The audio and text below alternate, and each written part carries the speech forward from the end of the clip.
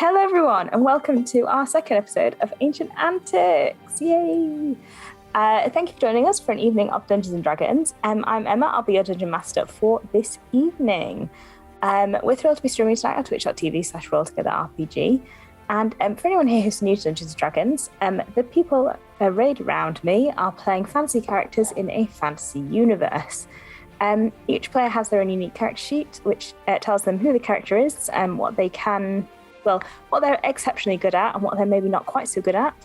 And they'll be rolling 20-sided dice, mostly, to interact with the world and choose the things that they want to do. 20s are great, ones are not so great.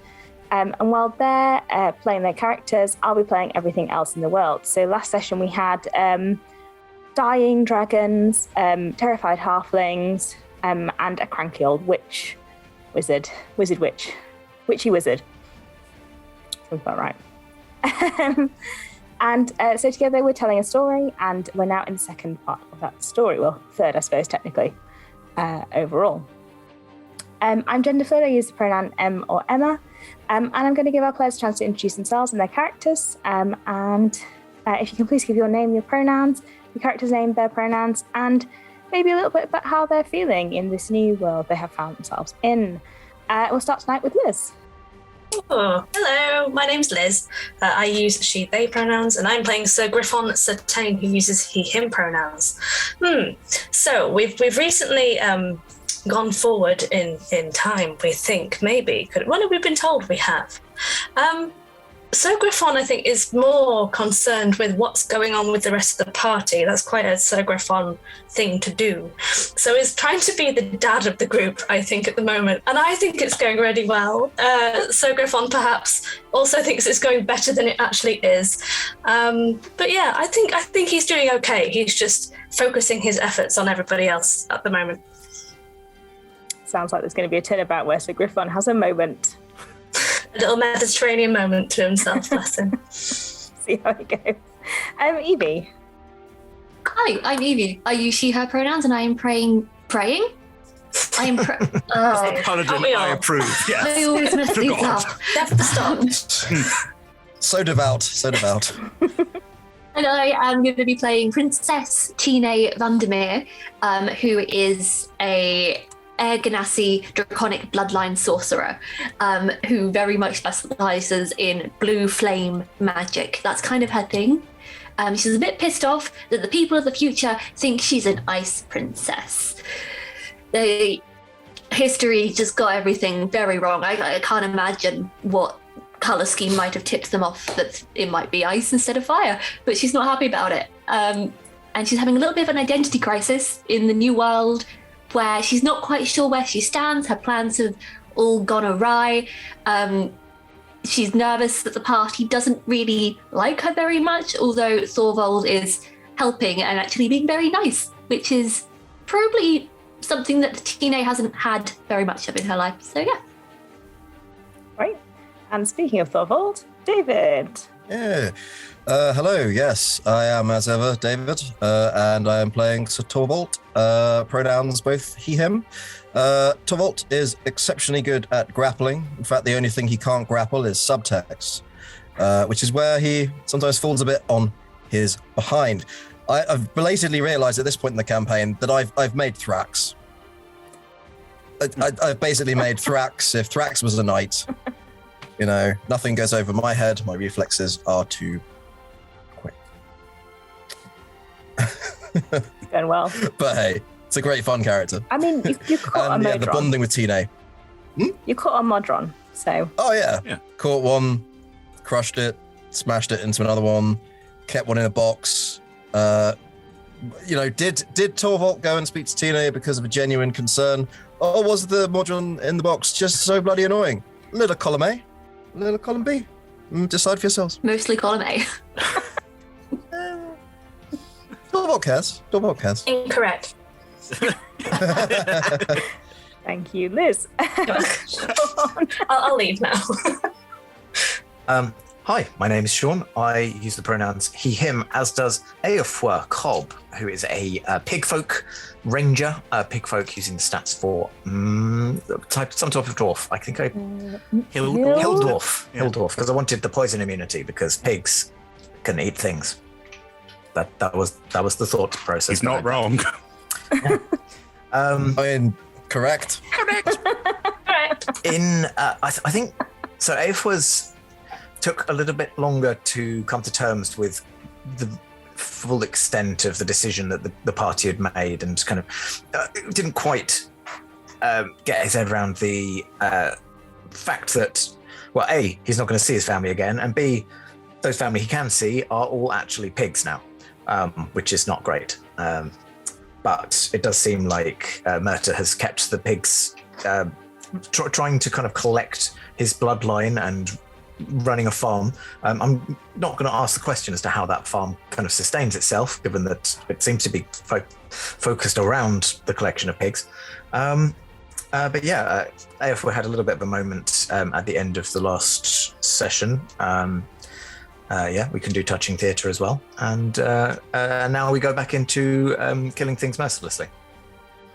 I mean, bold of you to assume there'll be things to kill in this session. Tom. I'm Tom. I use he, him, and I am playing Zeleny, who's this she, her. Zeleny's absolutely fine. Nothing wrong with Zeleny. No, realize. Yes, Zeleny turns out was kind of raised to be a usurper to the throne and to bring the downfall of the kingdom, which technically has happened. So now no one needs to know, apart from Sir Griffin, who went into full dad mode and did the I think you think I'm a foolish old man, and then Zeleny broke down, cried for the first time in 16 years. Yes, so technically Zeleny the first time in 2016 years. So. Exactly, she might have been crying as part of the statue. Yes, so she went into that terrified that Sir Griffin might take her head. That hasn't happened yet, so that's great. I'm sure she's had a really good night, and no conversation needs to be had with anyone else. Also bonding with Aoife because they both lost a sweet, innocent child who then caused the downfall of the pig folk. No blame. I trained my boy really well. Not to curtail your playstyle, Tom, but if Zeleny goes around saying McQueen and I don't want it, then there might be a stabbing through the heart for the watch. That's all I'm saying. I'm waiting for that. Yeah. My princess.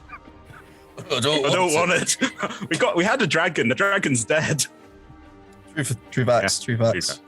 Killed from 3 miles away by a ballista. Oh no, sorry, that was something else. There's so many dragons. So many dragons. A lot of dragons going on. So this stream is going to run for 3 hours, and there'll be a break somewhere in the middle, run for about 10 minutes, the break, so you can go and get a cup of tea.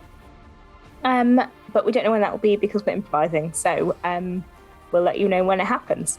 We're delighted to have some lovely sponsors, so let me talk you through them. The first one I'm going to talk about is Hero Forge. So with Hero Forge, we made the fantastic minis you can see on screen at the moment. They will be large and spinning somewhere. And you can see the characters that these lovely people are playing and who they have just described in bigger version. So you can see all the detail that they put into their minis and that Sean kind of edited for us in forging the characters, which you can see on YouTube. So Hero Forge is a website where you can make fully customizable tabletop minis. As you can see, we made all of the ones that you're currently seeing on screen. And you can go to the website and you can build pretty much whatever you want in terms of mini. So if you have a character that you absolutely love, you can go up to the website and build them in 3D. And then you can get them printed in either grey resin or in the coloured resin that you have made them in, so that if you're not fantastic at painting, you don't need to paint. It will just come to you, arrive in full coloured glory.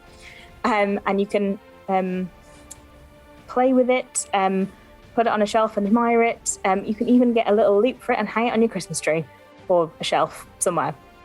Anyway, lots of different uses for your minis, but they're great. We love Hero Forge, and you can go check out everything that's available on heroforge.com. We're also delighted to be sponsored by Ultra Pro. Ultra Pro do everything else for your tabletops. So card wallets, mats so you can pick up cards off your table with ease, little figurines of adorable power. I have this little red dragon which permanently lives near my desk because he's so grumpy and cute.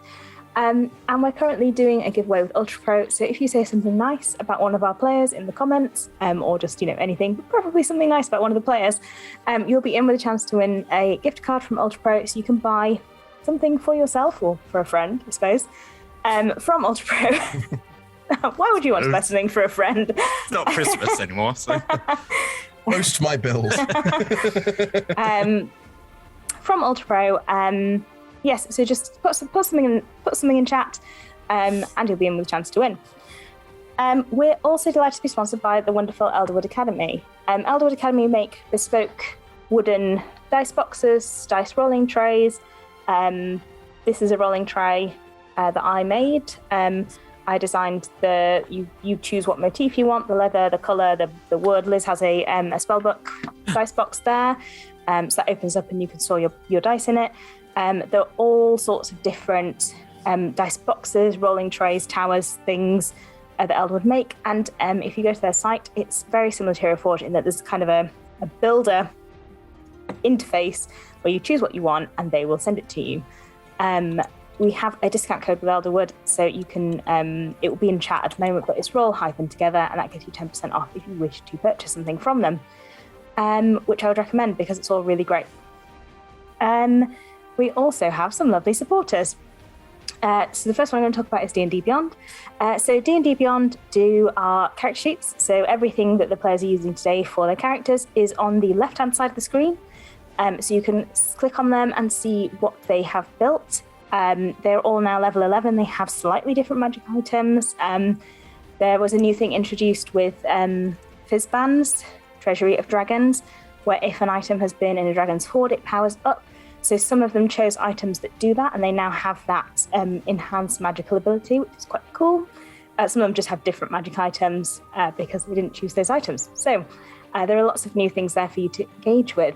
Some of them just chose extra levels in different things. They have cool builds. So yes, you can check all that out on the left-hand side of the screen, and that's through D&D Beyond. And I'm using their encounter builder for some of the things that might happen today, depending on what they choose to do. So yeah, we'll see what happens.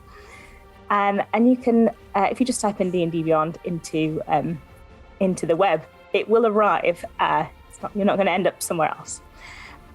We're also supported by Level Up Dice. Level Up Dice made these really large dice with us. They're called the Table Shakers. These are massive D10s. We also have quite a large D20, not quite as big as these, but also big. And Level Up Dice also sell loads of amazing dice. So yeah, you can go to their website and check it out. The link will be in chat at the moment. We're also supported by two lovely D&D video games. Sean, are you ready? Warriors of Waterdeep and Idle Champions of the Forgotten Realms. We're giving away things with both of those games at the moment. There's Idle Champions. Got to represent. And all the details for that will be in chat. So if you want to get things with both of those games, go to chat. The mods will be able to help you out. But they're both great and you should check them out. That is it for sponsors and supporters. We're All Together RPG on all social media, so you can follow us, and we are also available in podcast form. So if you want to listen to us while you're walking around or doing your housework, you can find us on any podcast provider by just searching for Roll Together RPG. We also have a lovely D20 Club on Patreon. Thank you once again to everyone who supports us there. And if you are interested in supporting us, there'll be information in chat at the moment for anyone who's interested in joining. Finally, we play with a diverse group of players who play a diverse set of characters with wide-ranging sexual and gender identities. Our tables are trans and GNC positive, and we encourage and champion trans and GNC players and characters in our games. The DM and players may portray characters that are a different gender to their own. We aim to avoid misgendering, but we acknowledge that it does happen, and we have a company policy in place for correcting people on pronouns. If we miss an instance of misgendering, we're open to being corrected, so do let us know if you think one's been missed. There'll be a link in the chat at the moment, which is !safety. If you want to learn about some of the safety tools we're using in play, you probably won't see them because we edit them out if we use them, but we are using pause cards quite regularly. So yeah, just to be aware they're there. And everyone always wants to hold one up when I say that, but they don't want to actually pause the game. So you're free to hold one up right now if you want to. I don't think you're going to pause. There you go. There's your chance to see our pause cards. Pause penguin in Tom's case. And there's also trigger warnings in there if you're looking out for specific things that you want to know are coming up before they come up. And with that, let's dive into the intro and we'll be back in a few seconds. Thanks, everyone.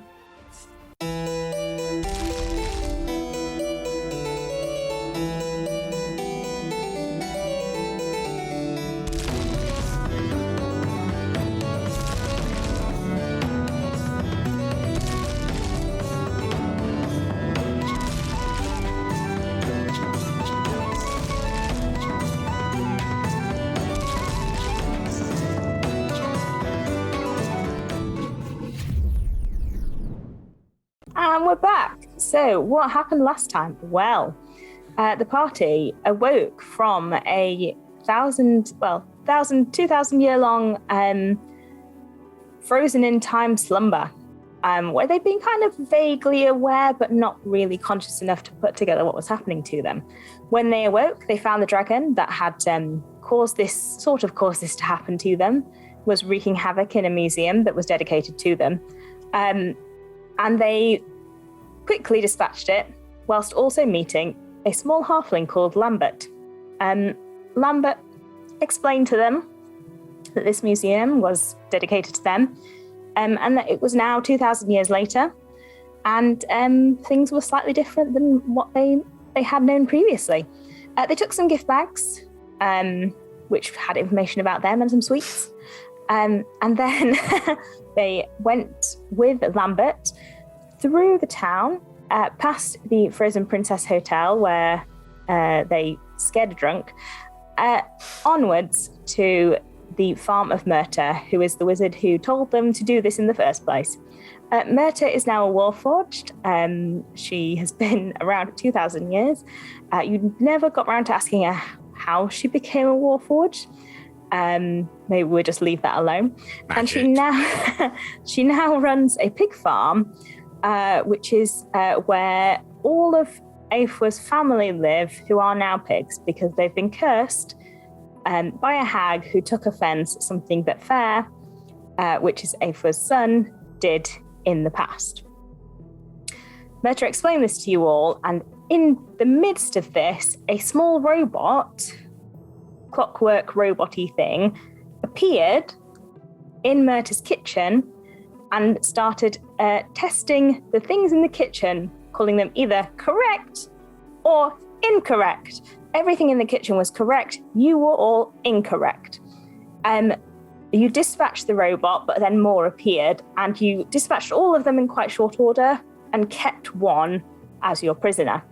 You tried to get it to talk to you, but the only words it appeared to be able to say were incorrect or correct. And to you, incorrect was the only word it was willing to say.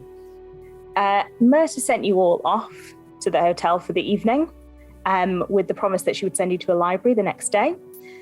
And you had also had the intention of taking Lambert with you to the library because he was a better researcher, and some of you don't know how to read.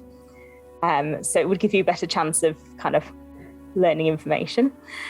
And then you went to the hotel. You had some various touching scenes with Tina and Thorvald catching up and talking about spy stories, and Tina's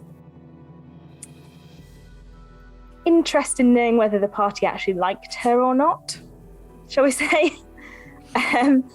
Aoife was very upset when he realised that his family were actually truly gone, and was comforted by Sir Griffon and Zelene. And Zelene, of course, dropped the rather large bomb that she was, in fact, Tina's cousin, which no one knew about up to this point. And that is where we're picking up in the morning as you're all waking up. Thorvald and Tina in the same room. Zelene, Aoife, and Sir Griffon, you're all in your own separate rooms. The Modron you left in a box in its own room. It's the Modron's room now. It's like when you get a dog, it's like, that's the dog's room now. Who do you think would be the first to rise? Possibly. Definitely not Tino. Yeah, I think Zelene might get up first. As a kind of, I said, like, what oaths has she sworn? But is it you have to get up early? Just as a... I don't know, Tom. Are you just adding more as the campaign goes on? How many are you going to get to? 77. Have you sworn an oath to make the princess breakfast every day? I'm just saying. Well, officially, no, but when Tina went, basically, we flash back to a previous word. Tina's like, new oath, make the princess breakfast. So yes, I think I will also go talk to the kitchen and go, can we please not serve any bacon, sausage? Just, I'm not sure if we're ready to have that conversation again with Evil. So the wrong notes. The half-orc Taff, who you met yesterday, who runs the hotel, is in the kitchen cooking up breakfast. It's continental, and then there's Sword Coast, full Sword Coast, full Faerunian, yeah. something Faerun. along those lines. Full rune, yeah. I mean, I suppose you could do vegetarian That would be appreciated. I or don't eat vegetarian. Again, flashback. Why am I not getting bacon? No. So I guess it would be 2 vegetarians, and I do not know about Torvald and Sir Griffin. We'll see what they want, but yes, vegetarian probably, unless told otherwise. I saw Lena and go, it's very confusing. We are trying to work out how everything is working. Thank you for the beds, though. They were very comfortable. It was nice to sleep on a mattress for once. Well, you know, when you're I guess when your money spinners come knocking, you kind of want to put them up for the night. Although, are you going to come back and stand there again, or are you going now for good? That is a very good question, and I do not know the answer. We are here to help. Any big evil you've heard of? Any adventurers saying that, oh no, there's an oncoming cloud, or the crops are dying, anything like that? Rumors? We're quite poor. The museum brings in quite a lot of money.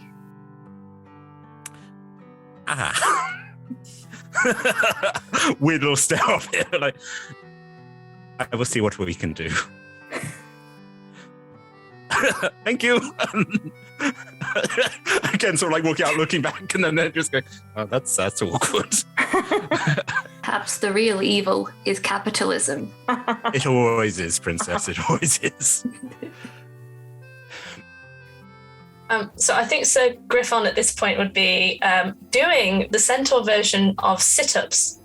So what that means is he's going to kneel down on the floor in the way that horses do, and then he's going to lean backwards onto his own back, onto his horse back with his human back, and just do that a couple of times. But then once that's done, he'll awkwardly get to his little old legs and exit through the door. So Lainey dear, where are you? I'm here, Sir Griffin. And you've ordered breakfast? Yes. Do you want the meat one or the vegetarian one? Which one of them has those hay sweets? I like those hay sweets.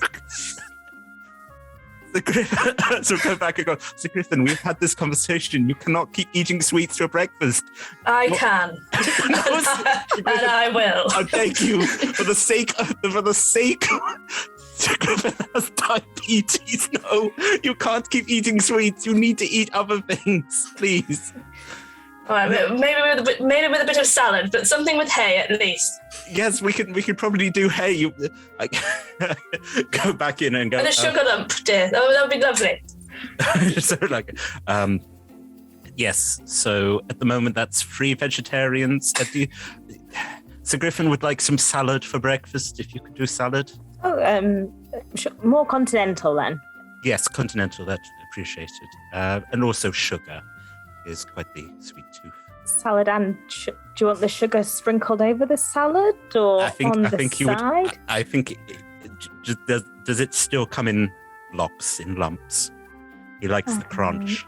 I'm sure I can dig out some sugar cubes. So much appreciated. I'm still trying to think about the statue problem. Don't worry, I will solve it. I usually solve things. She's giving you a look like she's giving you the this is odd look. I sort of go, I know. So I need to not have a very good night. She's still kind of tired and just like, okay. So that's it'll be next door when you're ready. Much appreciated. I sit my head back. Would you like us to sign like pictures or something? Would that help?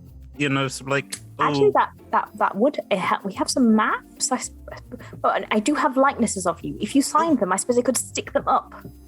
I think that would be nice. I will Put them on the table. Yes, smart, good thinking. Go back and I'm going to sit at the table. Like I'm not getting up again. Okay. She will start bringing out the breakfast. Yeah. So there's 3 vegetarian, 1 meat, 1 plate of salad with just a pile of sugar cubes, half salad, half sugar. I think I go down the corridor, knock, knock, knock, knock. Stand outside to Vault. Like, he's obviously gone somewhere else. Correct. Not. Correct. Correct. Correct. Thaumaturgy, open the door. Like, go look at the chest. And correct. Give it just give it a gentle kick, and like. Correct. We're not letting you out. You know that. Correct.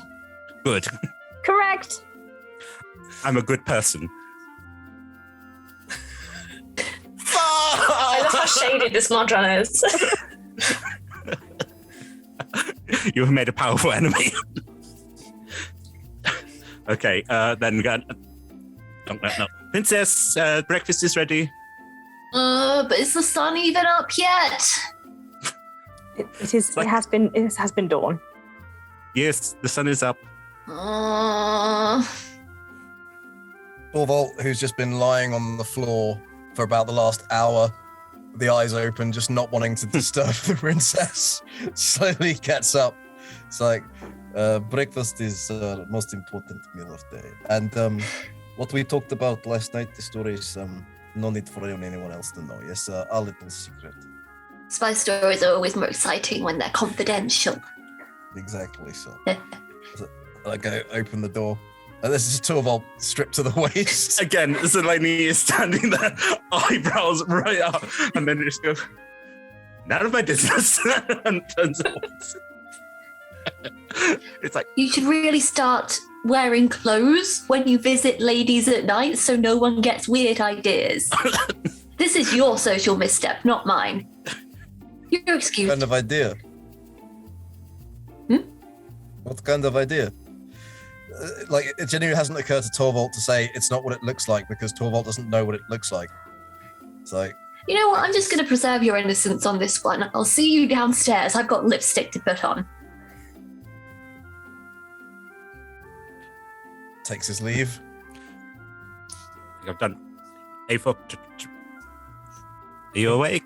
Aif was probably going through his morning routine, so you just hear a twang and then a tsh as several vases that have been lined up on the windowsill are just fired at and smashed. I'm sure that is covered in the fee. There's no fee.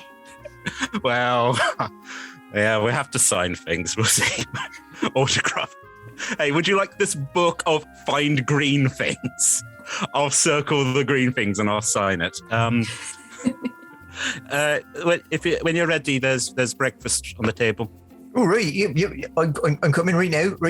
Good. Have they got meat? Do you want meat? I mean, yeah. What meat do they have? Long pause. A variety. I think. Why am I always the one who has to do this? If you. Yes, there will be meat. I'll ask them to add meat. Turns around. Coward. You are a coward.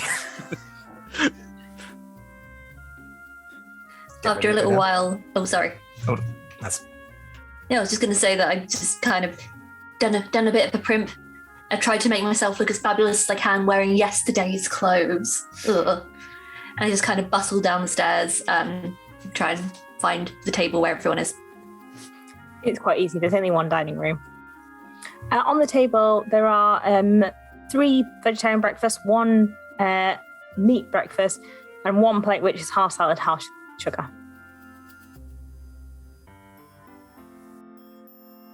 I did my best.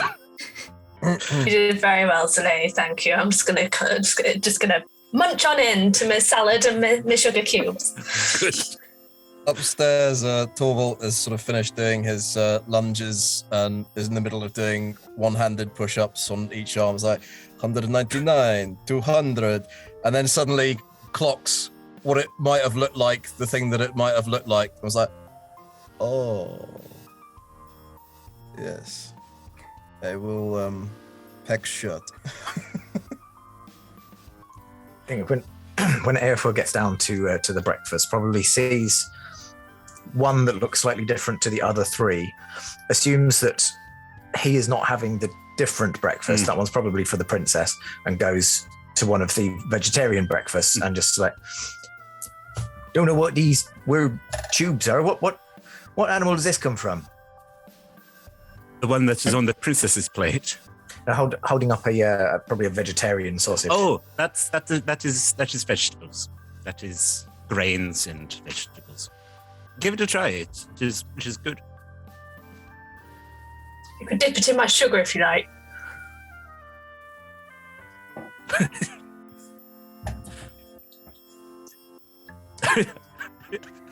For those who are listening to the podcast, Sean is enjoying a delicious vegetarian sausage with sugar. We're loving it.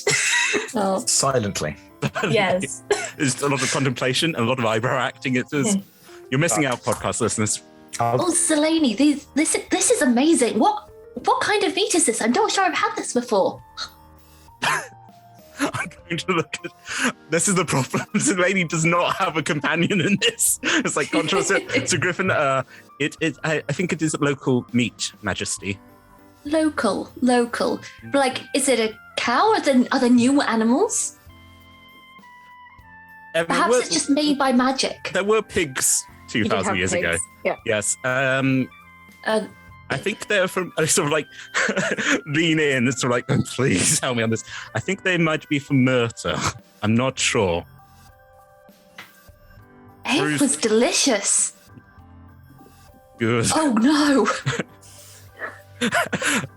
As they say in this time period, please be cool. Hear a series of thuds which indicate that Torvald is descending the stairs.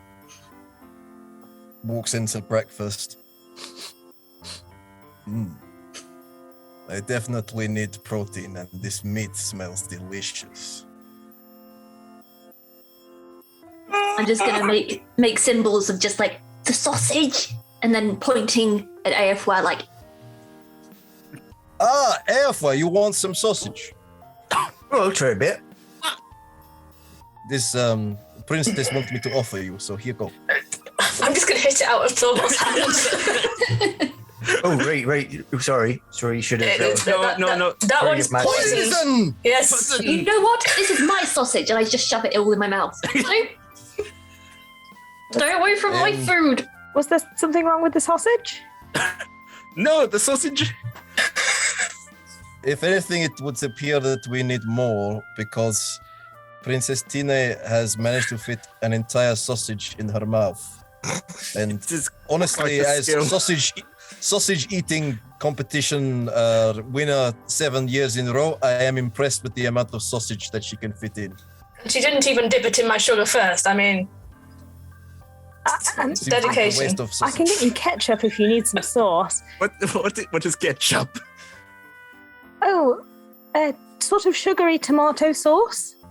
Yes, more ketchup and more sausage, please. Right. I'll get you some now. Well, look, there are things for us to sign to show our gratitude for being here. Hand out the pictures. Would you like to just leave your mark? Pointing at everyone. Yeah, just. I'm just going to do an X because I can't write either. I know this is the problem. They're just going. If maybe also if you could draw like a little picture of yourself, so they could go, the brave Sir Griffon. He signed this bit. Well, it's a picture of your pictures. Oh boy. I think I'm just going to attempt to stick some lettuce to it with some sugar. Will that do, Zeleny? Is that what they're after? They would like it. They would like something that is definitively and absolutely yourself, and that is most certainly an act, Sir Griffin. Well, good. Good. Good. Yes. Would you like to leave an X? Aof will probably just I'm assuming it's like an ink quill or something, just kind of colours in his own hand and then just... That is great. That is perfect. Your hand is now black. You're like leaving little black. I'll trot him. Kind of lick On your it. face. It doesn't taste good. Not as good as the sausage dipped in sugar. A massive plate of sausages comes out to you with a pot of red tomato sauce. These are from, there's a farm down the way. Not Merton, he won't sell any of her pigs, but these are from a different farm. Okay, so they're not family. Happy day. Hang on, pigs?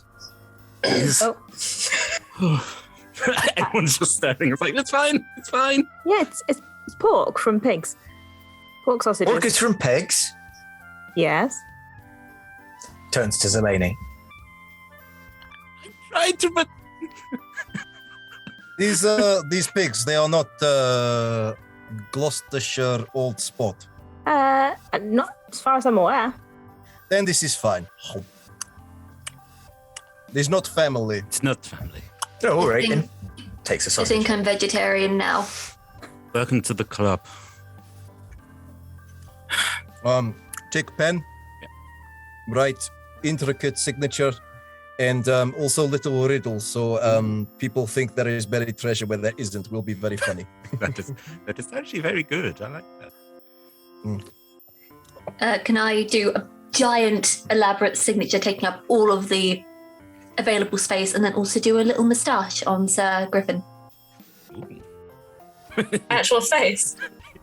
Yeah, why not? I will let you do that. I would not let you do that. So. Yes. If I can Your actually do that on your penmanship face. is absolutely stupendous, Your Majesty. Keep going. You do it on both, so it's like, there you go. Yeah. That's what it looks like. So that they can match. It's nice and twiddly. I've never had one of those before. It's very good. It is. It suits you very much. I will take your word for it. I can't see myself currently, but if it looks like that one on the paper, then It does. It's very dashing. thank you. Zeleny? I think like there's the drawing and it's like unknown knight and it's like Zeleny. There you go. Yes, also quite neat handwriting. Maybe a bit blocky, but quite neat handwriting. As you're doing this, Lambert will sort of appear in the dining hall and sort of like scurry over to all of you and stand awkwardly next to the table, not sure if he should sit down or not. Morning. Hi. Morning. Myrta said I should come here. Hi. Only have seat, have sausage, ketchup for dipping, not drinking. I found this out hard way. Are you just covered in like ketchup? Oh yeah, it's quite sugary if you drink it. Perhaps you would like one of the knightly moustaches that my lady is drawing on all of us, I think, at this point. That's right. Line up for your knightly Roll. moustache. Roll a persuasion check with advantage. Me or Tina? You said it, Sir Griffin. Okay. And he does love you. You're his favourite, so he will listen. Oh no, I've got +9 for persuasion. 21 on the advantage roll. Sure. And I'll put my arm around. It's quite short, isn't he? I'll put my arm around him and just sort of guide him where the end of the fountain pen is. Just stand there. It's like I've given him a goatee. Oh, Now you're a knight. am It's I? as simple as that. But you do Myrta- see pens mightier than the sword. Well, Myrta said we were going to a library, so that does sound appropriate. Yes, and all learned people have facial hair, so we'll blend right in. This You don't is have any categorically untrue. facial hair. Hang on, and I take a bit of hair from my bun buns and just kind of tie it around my chin. There we go, done. Myrta said to give you these. It's a stack of 6 books. quite big books.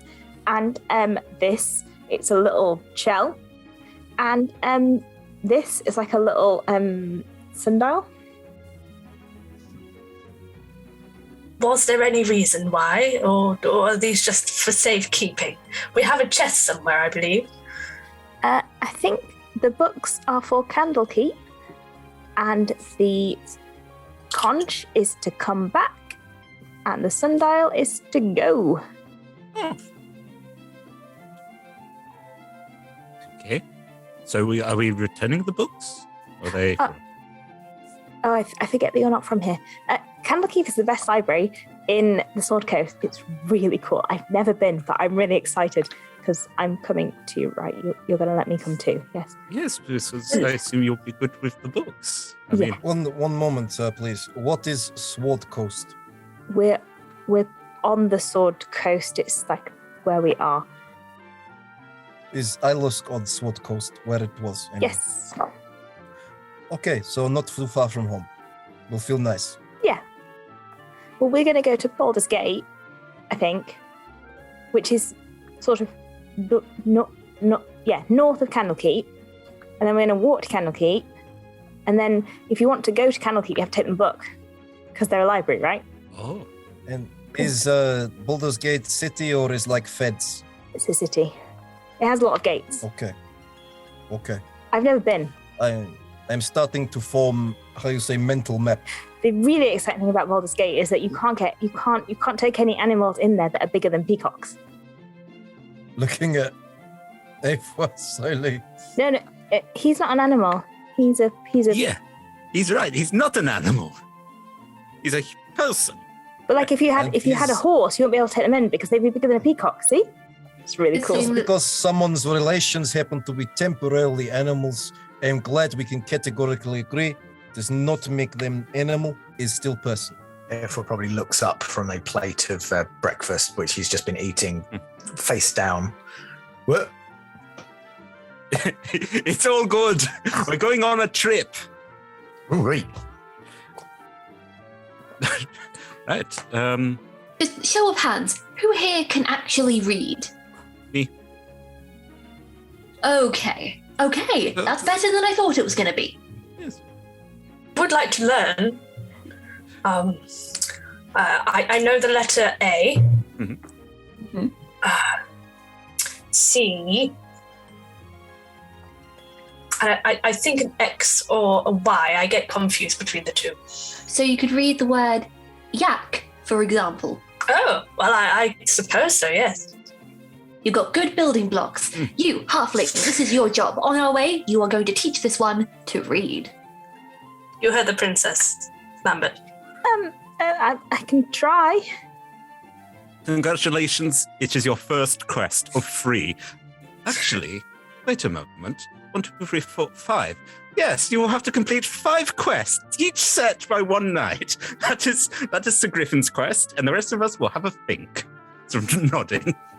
My quest will be the quest of the 5 sausages in mouth. Yeah, okay. Lambert, I hope you're making notes. My mouth is quite small. I'm a halfling. Will they be halfling-sized sausages? This would be fair. That is an act of cunning, and cunning is quite important. I think you just have to put the sundial in the sun, and then it works. You might want to take anything you want to take, though. This is a good plan. If we end up 3,000 years in future, I will be pissed. I think it's just space, not time. Could happen. Just betrayed us before. Starting to rub armor oil into his muscles. We just woke up. Must get ready for trip. Never know when danger is lurking around the corner. True, it's true. Is there anything you want to gather before you take the sundial? Yes. The correct incorrect. Are you taking the chest? Yeah, probably. The whole chest rather than Weighs- just the thing? weighs nothing to me. Yeah. We will bring back chest. Oh, okay. I mean, Unless you've got like a carrying box or a smaller chest. It looks like a handbag next to this 8 foot tall. No, I mean, have. I would like it back if you. It's no problem. Okay. Probably we will use it for Correct. books. Preferably without it saying things, and though. We can but try. Right. Well, Thank you for the hospitality and for the breakfast. You have our gratitude. it was very nice to meet you all. Thank you. Turn to the others. Okay, so we have pretty much ruined this town. The only thing they had for it was us. So we need to find a replacement. Maybe a wax maker who will make wax versions of us. Or maybe we make it out of books. I don't know. We need to do that. turn to Lambert going, my quest to sort out that problem. There you go. This sounds like a them problem, really. Princess. Yes. Come on. Princess. Don't try and bargain with the princess, Delaney. You know it never works. It's true. I mean, if you want to get distracted, helping people with their own problems, something knights have never done in the past or present. Lambert is just taking notes. Is that true? So you didn't help people? Because all the tales say that you were quite courageous and you did help people. I think the princess perhaps was mistaken or missed a word when she was. We were very courageous, Yes. each and every one of us. The princess was the most chivalrous of all of us. She was, indeed. Yes. The time that she helped Sir Griffin with the hag, the time that she helped save the orphans, she is a great hero of our time. The orphans? Yes, The weight of the- yes, the orphans. Yes, the orphans. The, I'm going to roll insight on this just to... Okay, I roll. Oh, yes, the orphans. Poor little Timothy. Only had one leg. Couldn't fight the dragon himself, you see. That's really cool. Turn to Sir Griffin. Thumbs up. Yeah, we got it. Are you heading outside with your massive chest? Yeah, with everything in tow. Torvald has the look of somebody who's never heard the terms image rights or royalties, but may well discover them soon. Royalties? We got one right here. As you walk outside into the sun will land on the sundial, and as you're all watching it, the sun is coming from one angle, so the sundial casts a shadow in one direction. And as you're watching it, the sun seems to turn oddly. And as you look up, you realise that you're standing in a different place. And where you are standing now is rather busy.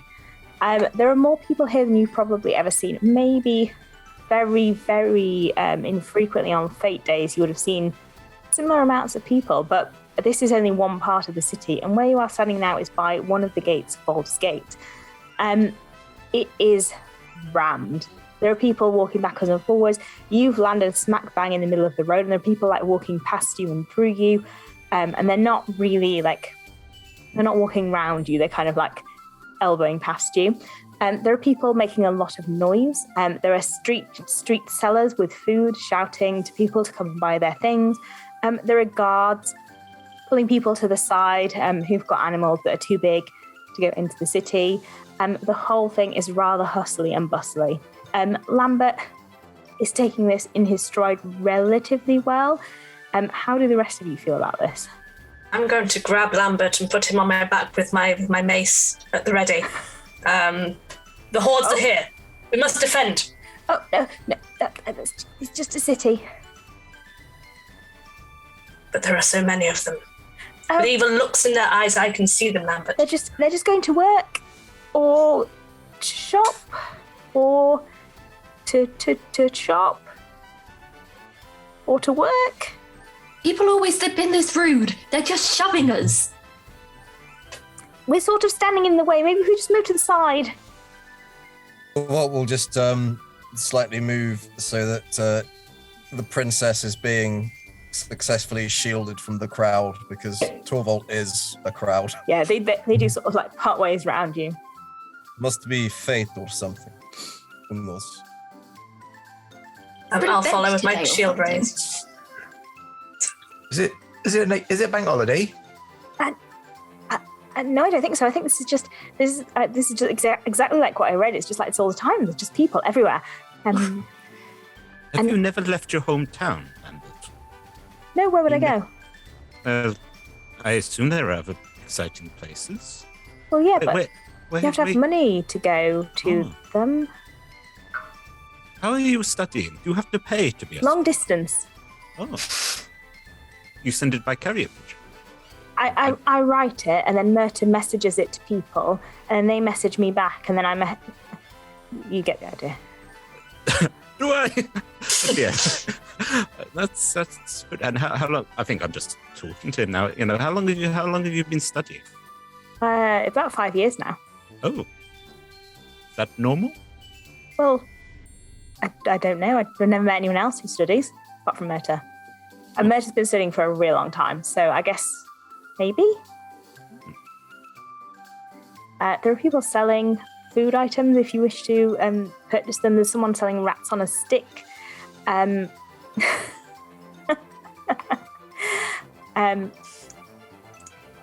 It's all pretty much of that ilk.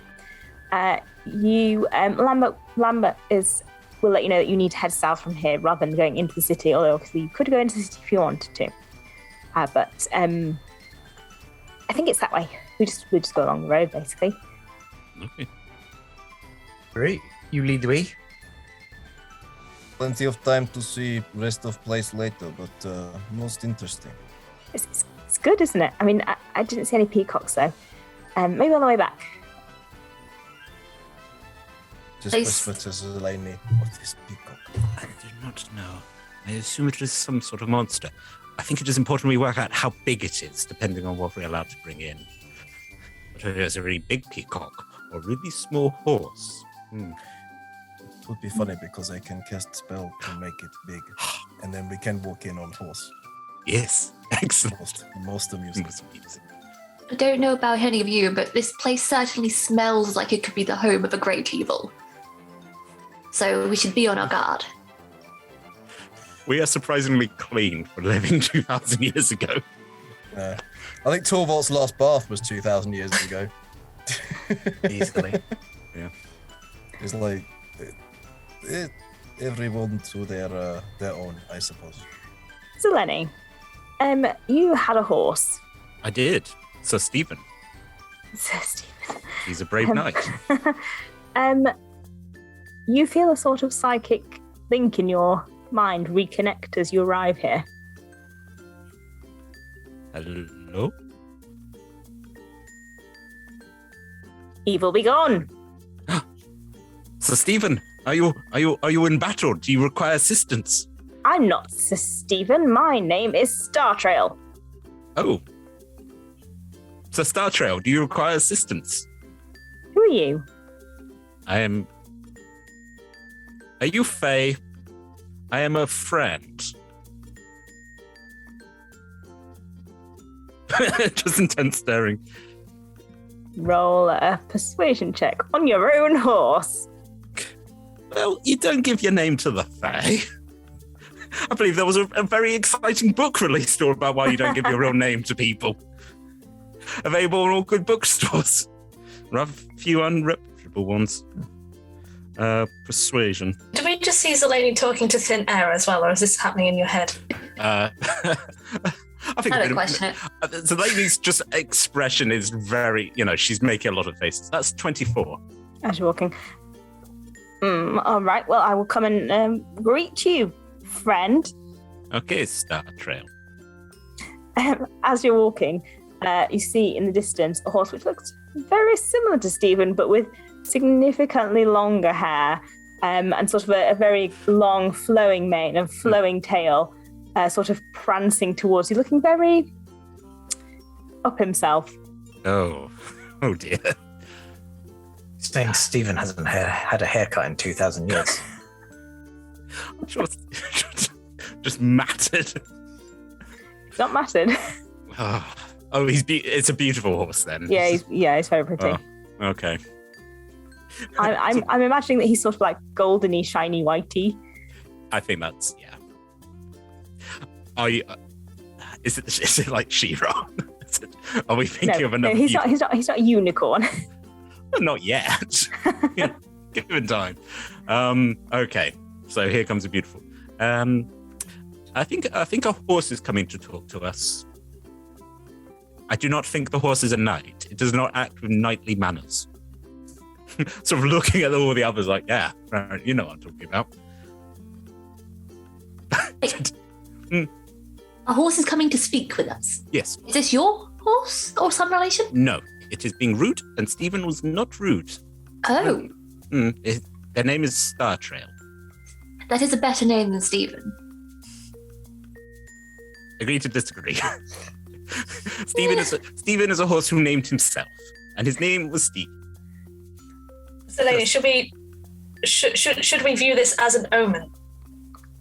Yes. Right. I'll get my shield out. Is it a good omen or a bad omen? Good question. It is in my head, so I assume that Stephen has. I assume Stephen has died. We find out, in other words, whether this Star Trail is it's just undoing the clasps on the chest. Correct or incorrect? Is of this time or is over? Let's find out. As the horse gallops towards us. Pull out the modron. Star Trail sort of appears next to you and tosses the mane. Ah, I recognise you. Me? Correct. Oh, it is.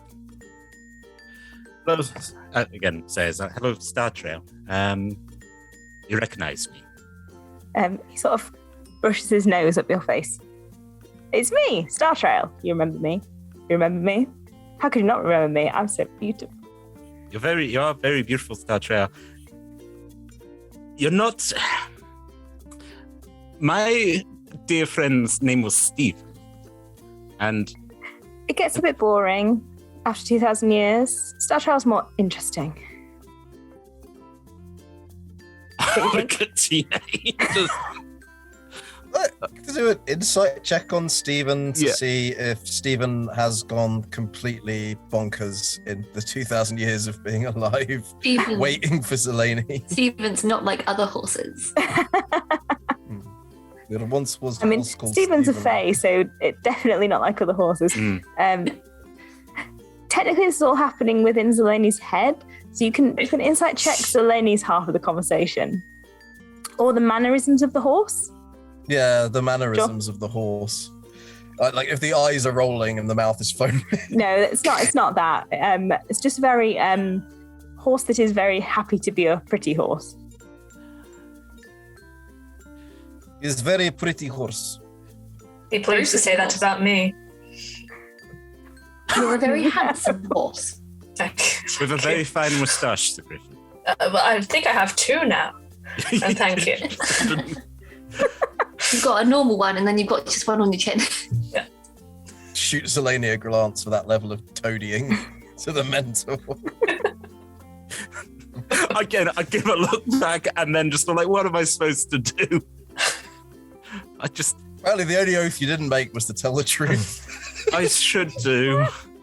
I really should. But, hey guys, I'm an Oathbreaker Paladin now. Here we go. No Oathbreakers here. Nope. Says the divine voice, like, you're fine. You're fine. You're on thin ice, Selene, but... Okay. Again? Did you get an insight, David? Yes. Yeah. Pretty horse. Pretty horse. Okay. Yeah. It was a 23, so I'm very confident that this is a very pretty horse. It's a very old horse. Old pretty horse. Okay, Star Trail. You remember me. Don't you remember me? You remember me? You remember me? Of course, I remember. You remember me? Star Trail, I remember how you were 2,000 years ago when I asked you to take care of Fur. You remember that? I took great care of Fur. I'm sure you did. He is your... I think I took great care of Fur. It was a very long time ago.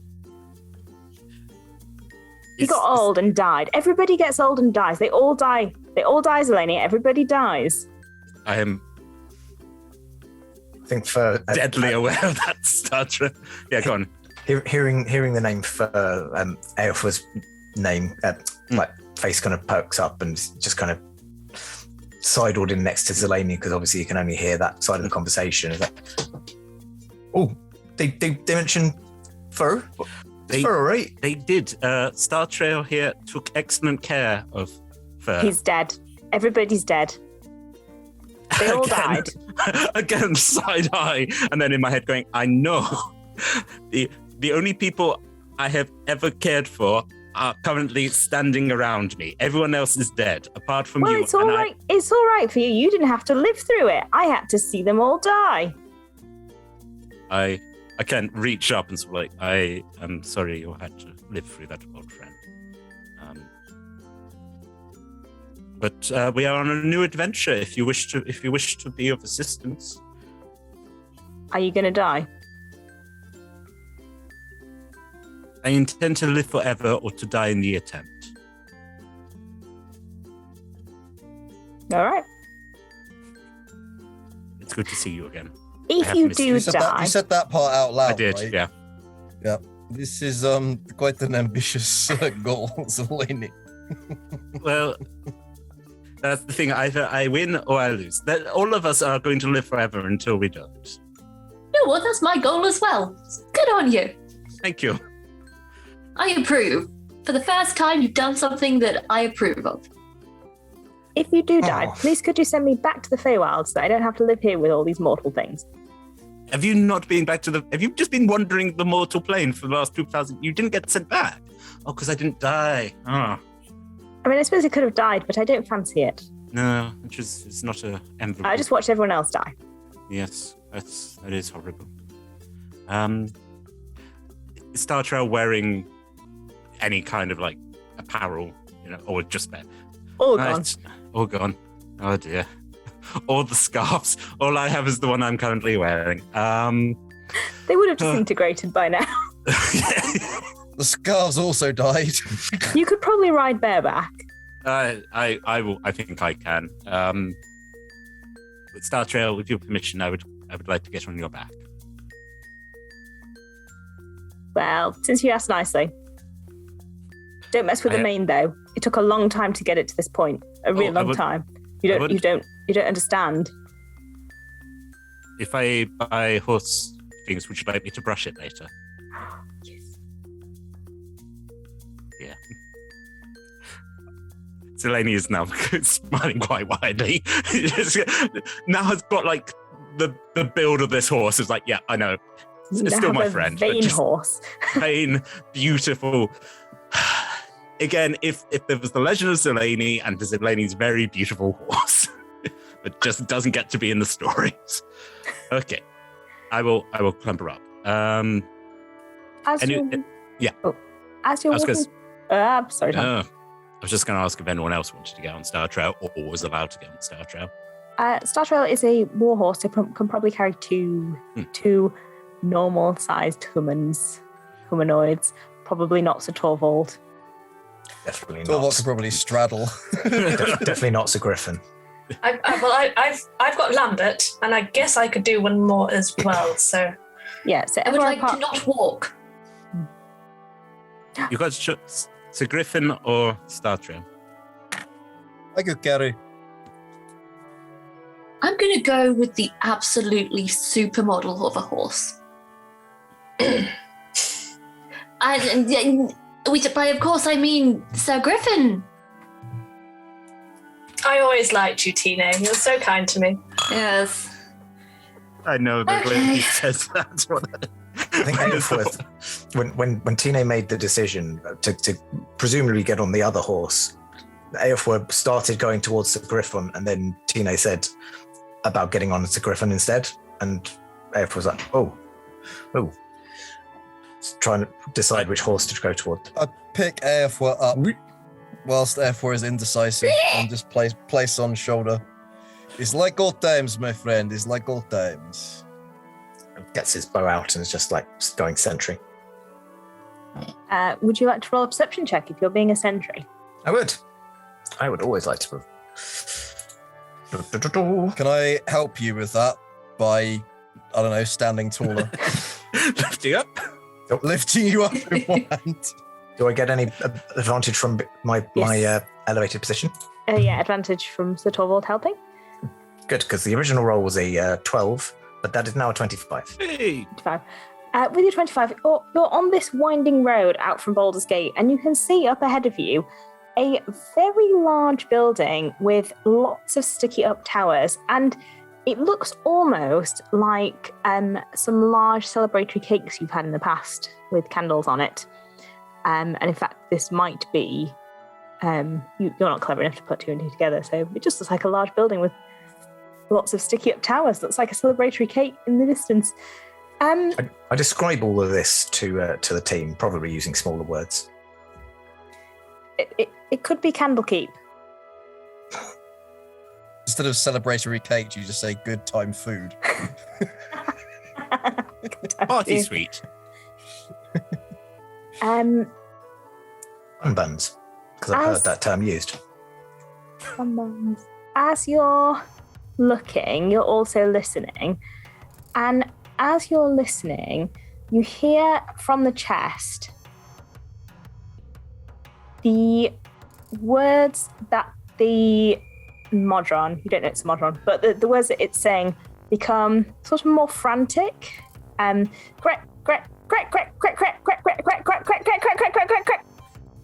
Your thing's getting a bit wild. And could everyone please roll me initiative? Ugh.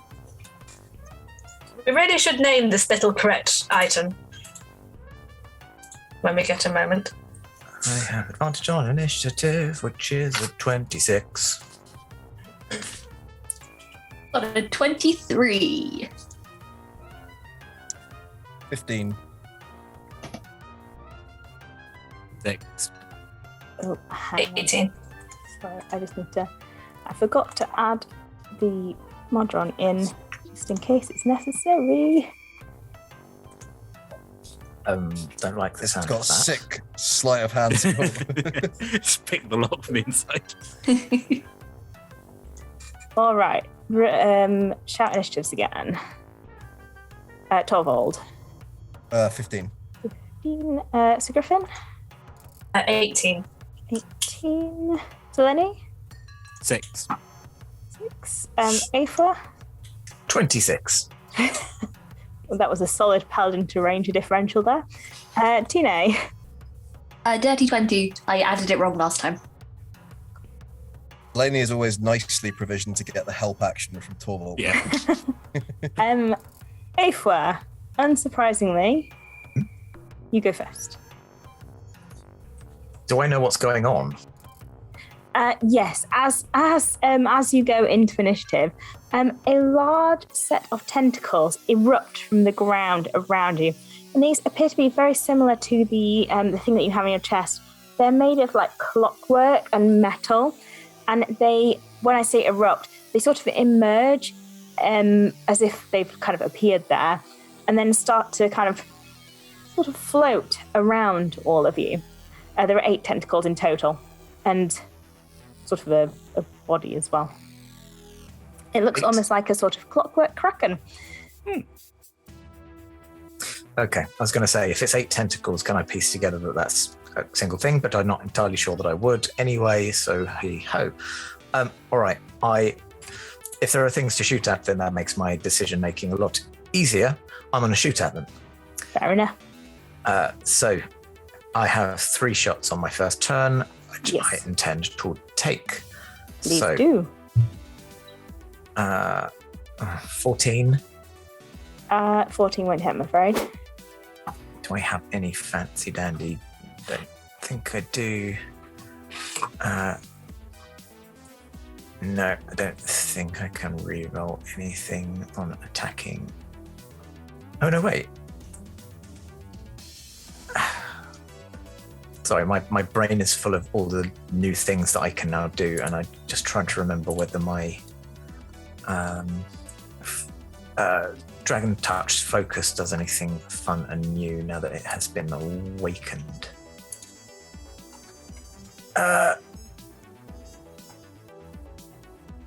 No. Okay, cool. I just miss. In that case, I will try and shoot at it again. Please do. Oh, come on. Natural 1. Yeah. For 12. The arrow goes extremely wide and thunks into a nearby tree. It goes straight past the ear of Lambert, who squeaks and falls off Sir Griffin. And my last attack was a 16. 16 also doesn't hit. Yeah, absolutely spooked by whatever these things are. Clockwork tentacles erupting from the ground. They are quite scary. Don't think there's anything else I can really do because I didn't even hit it to be able to favored foe it. Okay, no, that's me done. I'll just squeal. Tina. Oh, already? Oh, okay. I wasn't prepared. I thought everyone rolled better than me. So are the tentacles all part of the same thing, or are they just like disembodied? They are sort of they're independent. They are independent. Okay. And let's see. So I'm just going to do a tentative little catapult at one of them. Because why not? So I take a little dragon claw from my bag, toss it into the air, just say 4 as I hurl it towards them. And can one of them please make me a dex save? Sure, can. So it has a body and also the tentacles, but they're all separate from each other. Okay. Dex save, that's 12. No. Cool, and I did that at second level, so that is 4d8. So give me 1 second, please, while I find what dice are.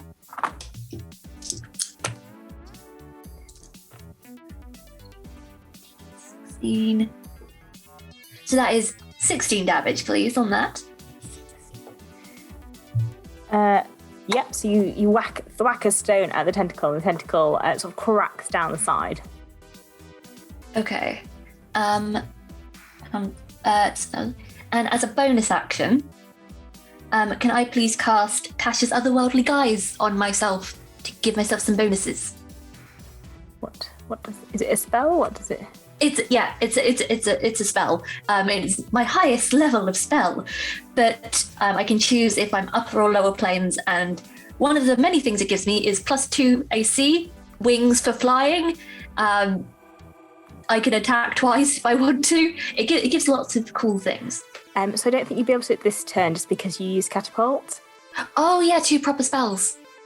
So yeah, Sorry, you'd be able to Christmas click in a no, it's fine. You'd be able to click in a cantrip if you wanted, but yeah, why not? If I can do like a firebolt at it, I might as well. Sure. Cool. So Heck of a blade singer spell. I didn't know that existed. That's awesome. yeah, it sounds really cool.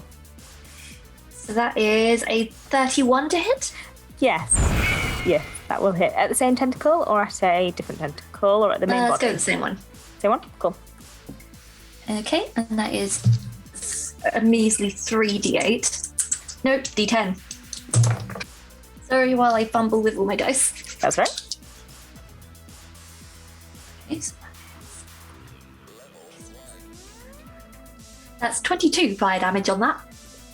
As you shoot that at the tentacle cracks and breaks and falls off the kraken. Excellent. Interesting. Grand.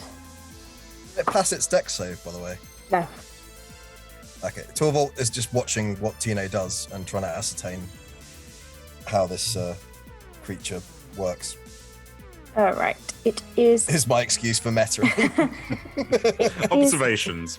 the kraken. Next, it has 4 attacks, so I'm just going to roll to see which one of you it doesn't go for. Lambert fell off Sir Griffin, so he is lying on the floor at the back. It's not going to go for Selene. My horse is too beautiful to kill. That's It's a fine horse. That's a natural 1 to hit you, Tina. So, Excellent, great. nope. 18 for Sir Griffin.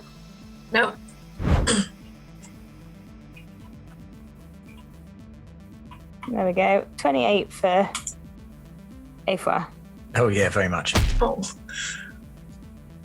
Don't worry, we're getting out of dodge next round, That my is friend. 12 points of damage, and you are grappled.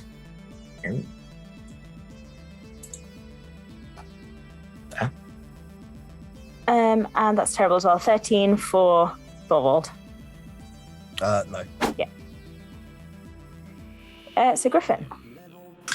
okay. How many of the enemies are within 15 foot of me? The Kraken that you can see is within 15 feet of you.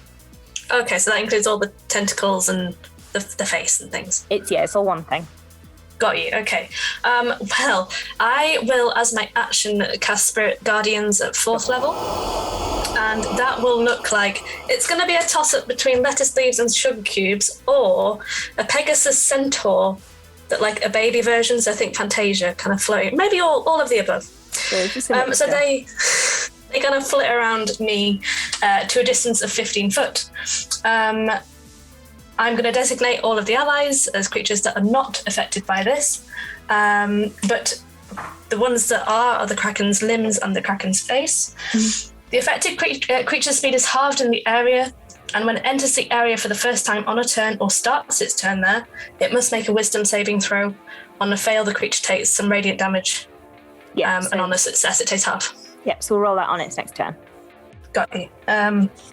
So that's my action. As my bonus action, my new weapon that I've been carrying around looks a bit like a lacrosse stick. I'm going to grab this lacrosse stick and, as a bonus action, activate it. And when it's activated, it gets this sort of big chunk of radiant, vibrating kind of cube on the end of it. Looks very dastardly, so to speak, but in a celestial way. And that is my go for now. Very cool. Torvald.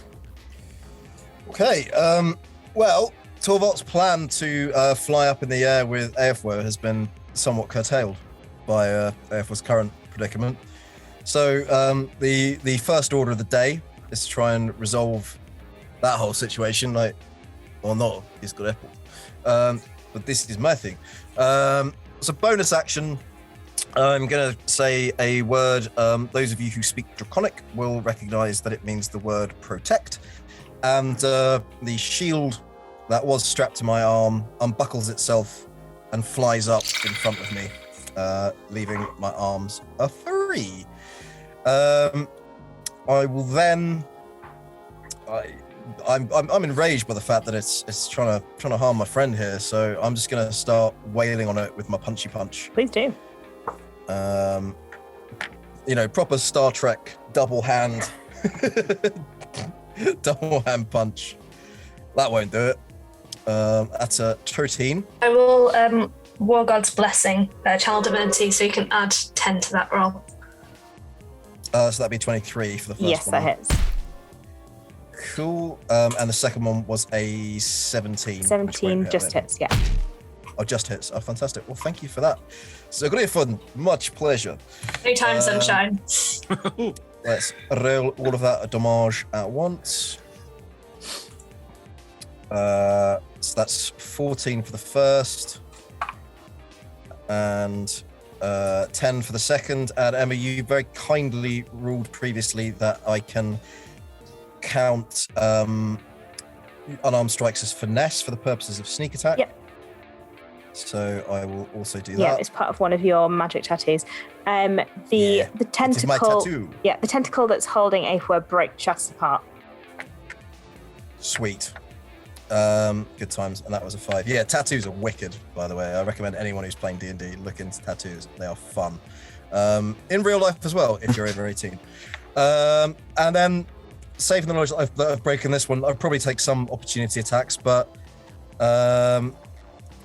I kind of just trying to clear clear a bit of space to take off next. Oh no, I don't need to use an action to activate them. Oh, in which case, cool. I'm going to fly 30 feet up in the air, taking all the attacks that I have to take as a result of that, because I want to give the now ungrappled Aefwa a nice firing platform. Sure, so you'll take an attack of opportunity. That is nope, that's bad. 16? No. Yeah. And Clunk. shield just spins round. Yeah. Yes, I love Tentacle magic. slaps off it. The monodrone in the box just correct.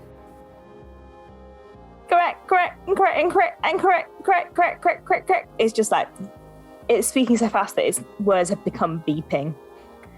Does it sound like dial-up internet? Pretty much. Like when you're just connecting. Beep. Yeah. Yeah.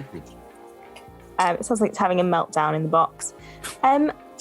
Rolling out from around the Kraken, as if it has just appeared in this space, is a small ball-like thing with sort of arms and legs, and it sort of like rolls around, and then its legs like peer out from its body, and it stands up on them.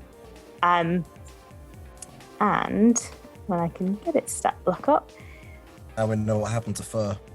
No. You became an android. it is going to shoot jagged metal in a 30-foot cone at you. I think Thorvald and Aethel, you probably just missed this by having flown up, but the rest of you would be within this. Can you all make me a dexterity saving throw, please? +4, remember. 3 cheers for the third dimension. 19 to hopefully not be hit by the droidy cars. 25. 17. You all pass, you take half damage, which is 15. As it opens like a little slit in the side, and lots of like bits of metal shoot out of it, like shrapnel, and get kind of stuck in you. And it is now there again. Zeleny. If I was to cast a 30-foot cone, I wouldn't hit any of my allies, but how many of these things would I hit? You would hit both of them. From where you're standing, you probably would hit one of your allies. You could like step forward, so you're next to these two, and then you could just like get them. I think I will do that. A step forward, and Zeleny sort of gets out the great sword, but then suddenly it starts shaking. She's like, "What the hell?" Fire! A cone of fire just bursts out of the sword. That is part of my advantage. That's because it's wakened. So make a beat a DC 16 dexterity, please. It has no effect on the round one. It is immune to fire damage. Dexterity? Yeah. The Kraken passes the save, so it will take quarter damage because it's resistant to fire. Oh, Zeleny, you tried to do something cool, my friend. Still, it's 8d6, so that is so that's 15 fire. No, hold on. So half is 15, so that's 7. Yeah. Oh wow. Zeleny tried It's to do something really cool. Yeah. And it's surprising you've never seen Zeleny do this. This is new. But it doesn't impact them as much as you would expect. You're surprised that like nothing. It doesn't impact them at all, really. Not good at my job. Don't say that, Zeleny. Of course you are. Just a really quick officer. Just a quick question. Felix. The small ball-like creature that shot us, that would have been included in my "you are not an ally of mine." Was it Yes. within 15 foot when it did it? And Yes, if so, would. could it make a wisdom save for me? Yes, it can. That is a 15. 15 was just what it needed, which is great. We love it. It does still take half damage. So it would have been 27, so 13 points of 13. radiant damage to it. Yeah. And I got a 22 on my concentration check when it shot us. So yeah. Nice. It's difficult terrain for it now as well, isn't it? Yeah. Yeah. Sweet. Great. And with that, we will rejoin back at the top of initiative after the break. Yay. Thank you, everyone. We'll be back very shortly. See you in a bit. Bye. Bye.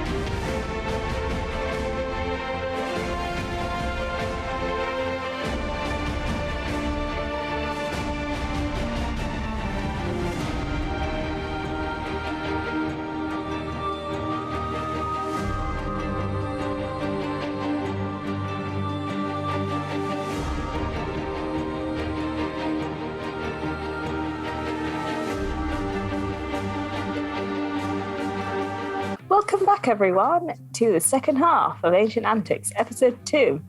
I really should have come up with a title. We are midway through combat with a clockwork kraken and a sort of ball-like also clockwork thing. And the team also have a Modron in the chest. Not that they know it's a Modron yet, but we'll see when they find that out. Aifwa, you are currently being held aloft by Sir Torvald, who is also flying. So you are well out of the action currently. As was established in the one shot, one of my pauldrons is like built like a little shooting platform. Yep. Just like with their crenellations and everything. Just. I mean, they're the best I could do in an afternoon. I think it's going to be a very standard turn for Aofa. I am aloft. I am going to fire arrows at a thing. I can do it twice this turn, and I shall do both. Which one? The Kraken or the little round thing? I was going to stick to the Kraken. Cool. So that first one is another 16. It just misses. It thuds into the ground next to it. Really not shooting well today. Oh, actually, that makes up for it. 30. 30 will hit. I think it's just that the tentacles are moving weirdly because they're not attached to the body, so it's hard. You're getting your eye in, and then with your fifth shot, you get your eye in, and it slams straight into the Kraken. Cool. In that case, I'm going to mark it as my favoured foe, which means that I get an extra D6. So I have the D6, the D8, and I don't think I get anything else extra because of stuff. So D8 and D6, which I roll, and 2 5s, and adding a 5, so 15 damage in total. Very nice. Yeah, it thuds into the Kraken. Cool. I think that's my lot, really. Yeah. Great. Tina. Okay. Is there a place where I can get multiple in a line at all? I would say you can position yourself so you could get both of them in a line. Excellent. I will definitely do that then. Can they make a dex save for me? They can. All right, the Kraken rolls a 3. Nope. The little round one rolls a 8. Nope. Fantastic. Okay. I need 4d8. Give me a moment. It's 10. That's 5 plus 5. It's 10, Evie. It was a long Christmas. The brain went on holiday. That is 21 for your finest fire damage, please. Fire. Yes. Oh, Princessa. No. You want to? Do you want to rework that? The Tom did a load of fire damage last We term. flash back to Delaney going, it does not like fire. It takes a lot of The- no damage from fire. My Christmas brain. Been a long Christmas. The round one is immune to fire, and the other one is the Kraken is resistant. Do you want to rework that because you do know that? Delaney worked that Okay, out. sorry. That was me being dumb. Time warp. It's time gonna to use my embrace your meta magic. destiny as an ice princess.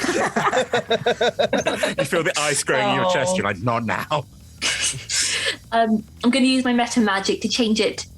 I hate myself for it to cold Sure. damage. Yeah. In which case, they take it all.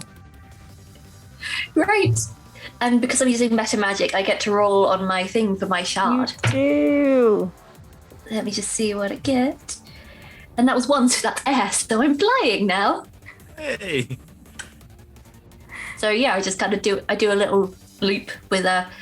The ice is a one-time thing. It's not my defining characteristic. I thought you weren't an ice magic. I'm not. Did you not just listen to what I said? Pipe down, Lambert. Get back That's in up. your book. Poor old Lambert, he's fallen off Sir Griffon and is now he's being shut up, Wesley. Shut up, Wesley. We will kick you into a ditch. Silencio, Bruno. The Kraken is going to make another 4 tentacle attacks. It needs to make a wisdom saving throw on its go, though, if that's Needs to okay. Yes, it shall. Sorry. It's not going to go well. Is it 13? No. So that is some damage, which I will roll.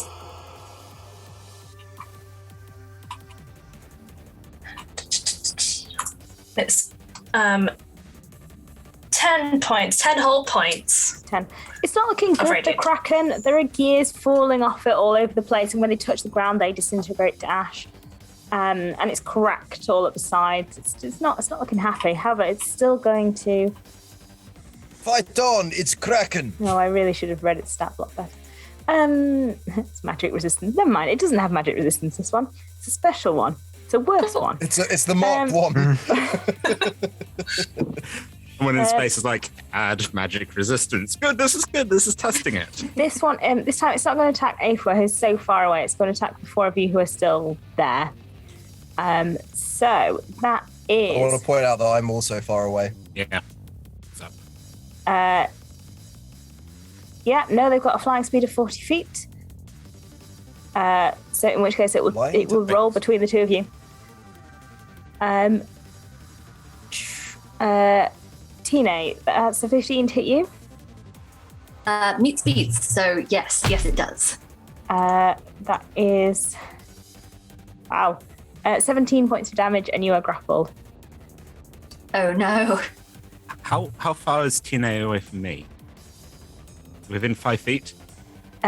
You move forwards like a step, but yeah, like pretty damn close.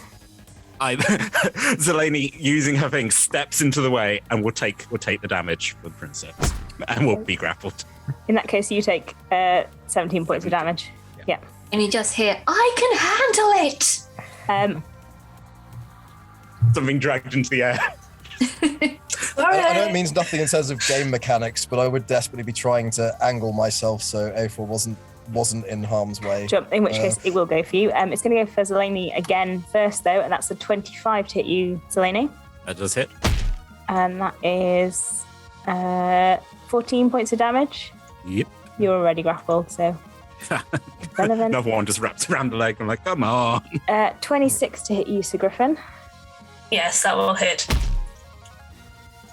That is 9 points of damage, and you are also grappled. And that's terrible. That's an 18 to hit you, Thorvald. Won't do it. No. The flying shield baps it That's away the way it's again. meant to go. Yeah. Spirit Guardians is still up. Great. And it is your turn. Oh, okay. So I am grappled, but I can still attack the thing that's The grappling only me. thing you can't do is move. Yeah. Cool. Okay. Well, I've got my lovely lacrosse stick that's a flame. Well, divinely a flame. So what I will do is hit the thing that's grappling me with it. Let's see. 20 to hit dirty. Yes, that hits. Okay. So I will do that. That is 15 points of radiant damage. Yep. On top of that, I've got my divine strike, which is 1d8. Yep. Oh. Sorry, one sec. So 4 points of radiant damage on top of that. I'll then use my bonus action to War Priest, hit it again. Hit it again. Hit it again. So much clicking. This is fun. It was a natural one, moved over to a 7, so that's 18 to hit. 18 just hits, yeah. Okay, so 13 points of radiant damage on the second hit. That tentacle shatters away from you. Aha! Diminish, foul tentacle. Come here, Lambert. I'm just going to stand over Lambert so that he's like directly underneath me. I'm not sure I want to be here. Just hold on to my leg, it'll be fine. He's That's sort the of, like, spirit, good lad. reaches out a hand and like tentatively puts it on your knee, your horse's You'll have knee. to. Good work, Lambert. Good work. I'm helping. Thorvald, the Kraken, I mean, it really looks like it's on its very, very last legs, but there is this other round thing which looks pretty untouched. Ooh, and I've got a tentacle next to me. Yes. Okay. I'm going to use my bonus action to empower my tattoo, and use Eldritch Maul as part of my Eldritch Claw tattoo.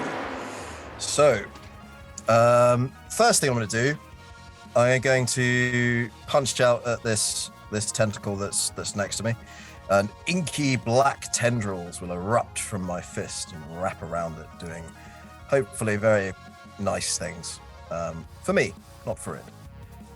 Fight tentacles with tentacles. Yeah.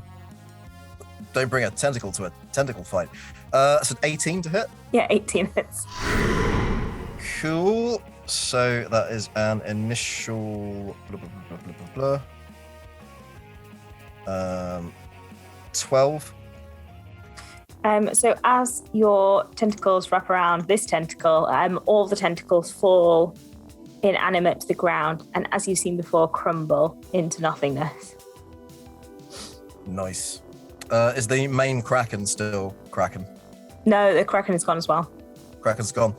Okay, cool. Well, I still got air on my back, so I'm thinking of that in terms of how we're fighting together as brothers in arms, so to speak, or brother on shoulder. So I'm going to fly down so that I'm 15 feet away from the other ball-like thing you said? Ball-like, not ball. Ball-like thing. Yeah, okay. That's fine. Ball-like thing. I was going to say I don't want to fight Airfoot's cousin. And I'm going to give that. Actually, do you know what? No, I'm going to fly you down within 5 feet of it and enter melee range. I'm going to punch it. Please punch it. Yeah. See how that goes.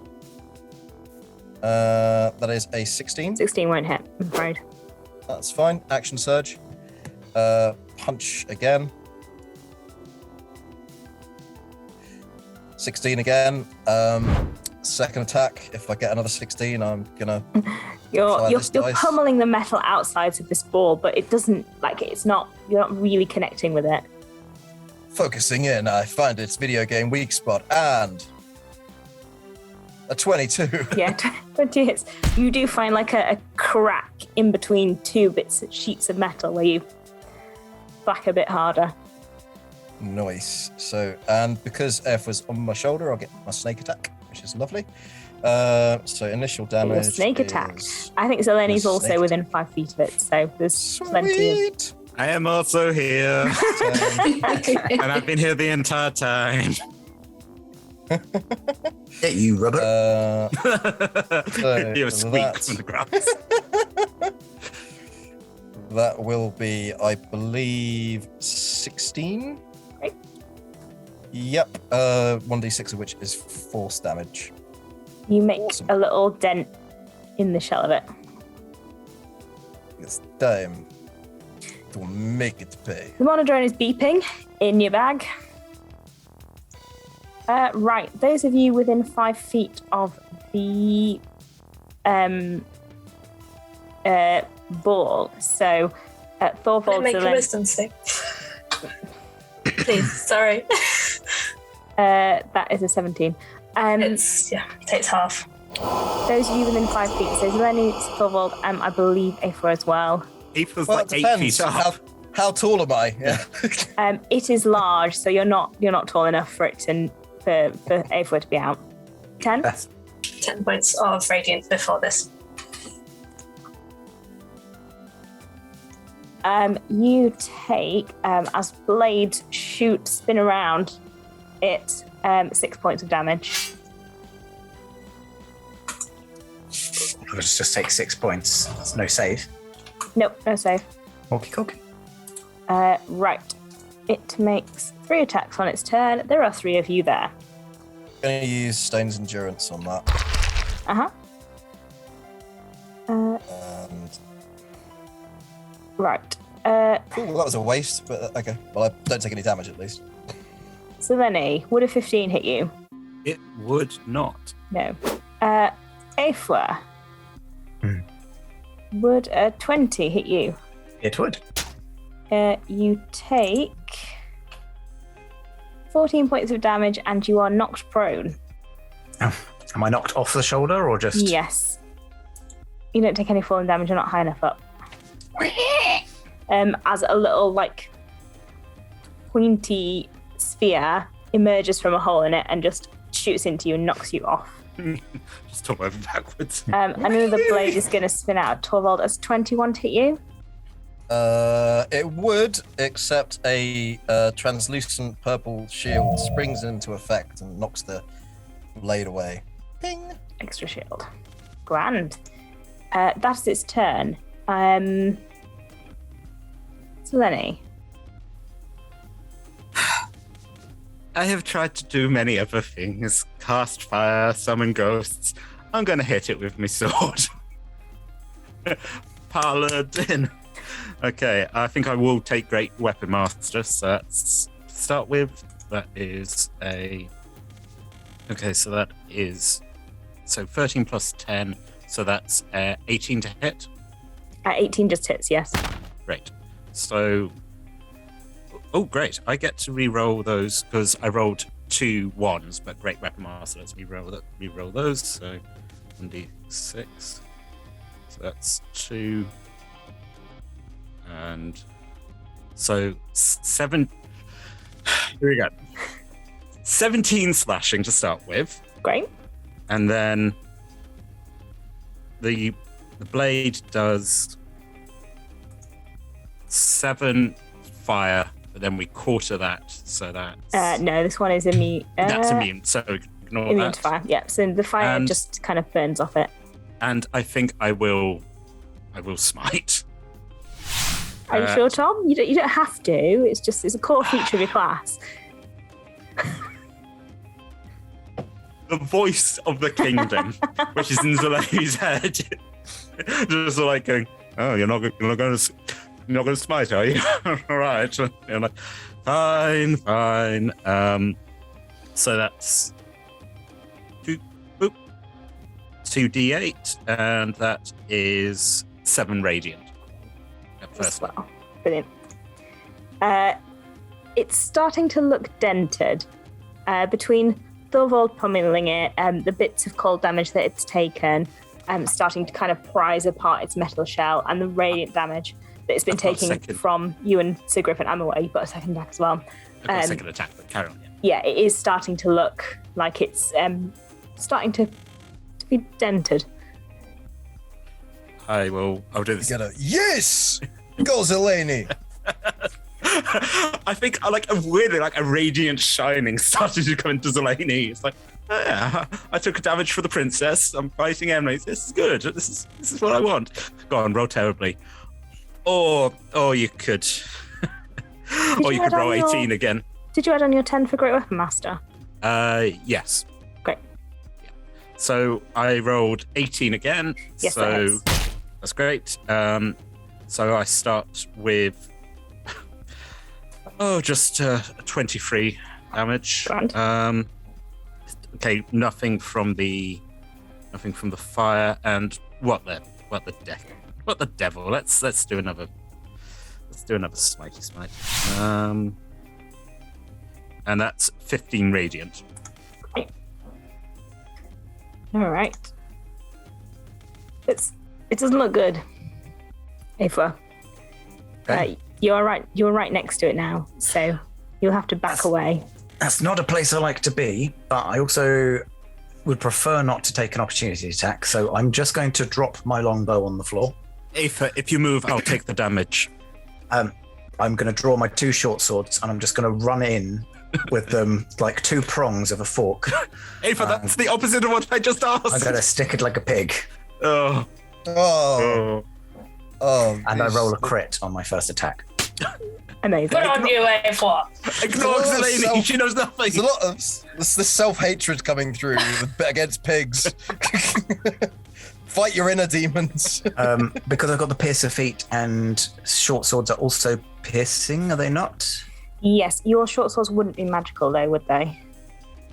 Don't think my longbow is magical. So because I rolled a crit, I roll an additional damage die. So I roll 3d6 for the crit, which is a sum total of 13 on the first hit. Okay. And it's still there. Yep. Second attack is a 17.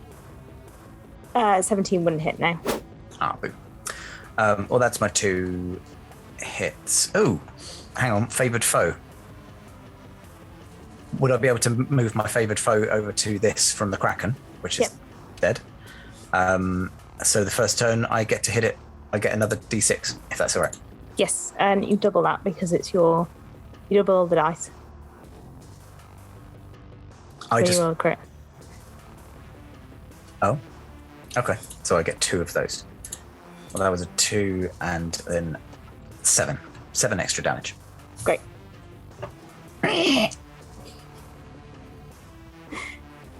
Okay, Nodding. running in with swords. Tina, How's he looking? bad. Not good. Not like last legs bad, but bad. Some ice damage will probably finish him off. Some lovely ice. Okay. As is your signature move. Okay. And there is just one bad boy. So I'm just going through all of my different fire spells to find there's a the one that second is. bad boy. He's in a chest. If you wanted to break the chest and beat him up. But... Okay, I think I'm going to do some like arcane hand things over my mouth and cast Dragon's Breath on myself. At 4th level, and because I'm just going to try and go for it, and I'm going to breathe ice at this guy, and that will be 5d6 ice damage. It's a concentrated line, or are we all getting the joys? You can step forward so that you only breathe it on. Yeah, is it I'll a step cone? forward. It is the cone, and I'd like to avoid as many people as possible while shouting, "I told you I can handle it!" Are you still on my back? Don't think so. Okay. I mean, it would be in character, so you just whack us all. roll a d100. And there are 5 of you. No, just the 2 of us. That is a 37. You're going to have to hit one of them, Zeleny or Aethwa or Thorvald. Pick. Oh no, it's Sophie's choice. I'm going to go with Thorvald because he looks like he can handle it. Rude. Yeah. I'm not going to argue. Yeah. So I also have resistance to cold damage. the edge of this catches Thorvald as you try and aim it to not get anyone, but it does just catch Thorvald. Roll your damage. Is there a save on this? Yes, it's a dex save. Thorvald, you also get to make the dex save. I rolled a natural 1. Nice. That's not great. That's a 6. I'm going to use my reaction 4. and my Dragon Touch focus to allow Thorvald to re-roll. Also add 4. Never forget the adding the 4. Oh yeah, never forget the add 4. I will say that the dex save is a 20. Oh. Oh. Well, let's forget the add 4. That would have been a 15, which is commendable, Yeah. but So I mean, so those 13. And with the advantage. yeah, with the advantage. It's not really my thing. 19 cold damage. 19, half to 9 for you. Yeah, I'm.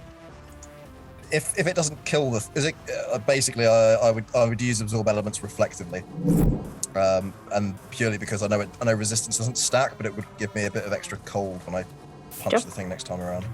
I also because that's just basically a tickle. So Torvald is literally wondering why the princess is sending mixed signals and is now flirting with him. I don't think it's mixed signals. You spend the night in her room. I think it's very, very clear. On the floor, like a proper knight. Oh, what's the name? I wasn't aware of this. First you had no clothes on last night, and now Thorvald's spending time with the princess. It is very scandalous, Sir Griffin. With a charisma of 8, sometimes Torvald is not the greatest interpreter of societal niceties. It's just like this. Okay, fine, nice ice bath. Very strange. I have known you since little girl. This is weird. I'm not following this conversation anymore. Zeleny standing there with her arms crossed and shaking head. It's like, no. He was telling me stories. I bet he does. That is what men do. They come into your room and they tell you stories. I've read the poems. It happens to me all the time. Point at Griffin there. Griffin. It is your turn. Is it like okay? I'm sure Aphos told his wife many tales. I'm going to hit the thing again. Shaggy pig stories. I will use the thing that helps me hit the thing. So I rolled a 14, but as a reaction, I will use not War God's Blessing, the other one that allows me to add 10 to my roll, so 24 to hit. Yes, that hits. Nice. That would be 15 radiant, You crush it into the ground.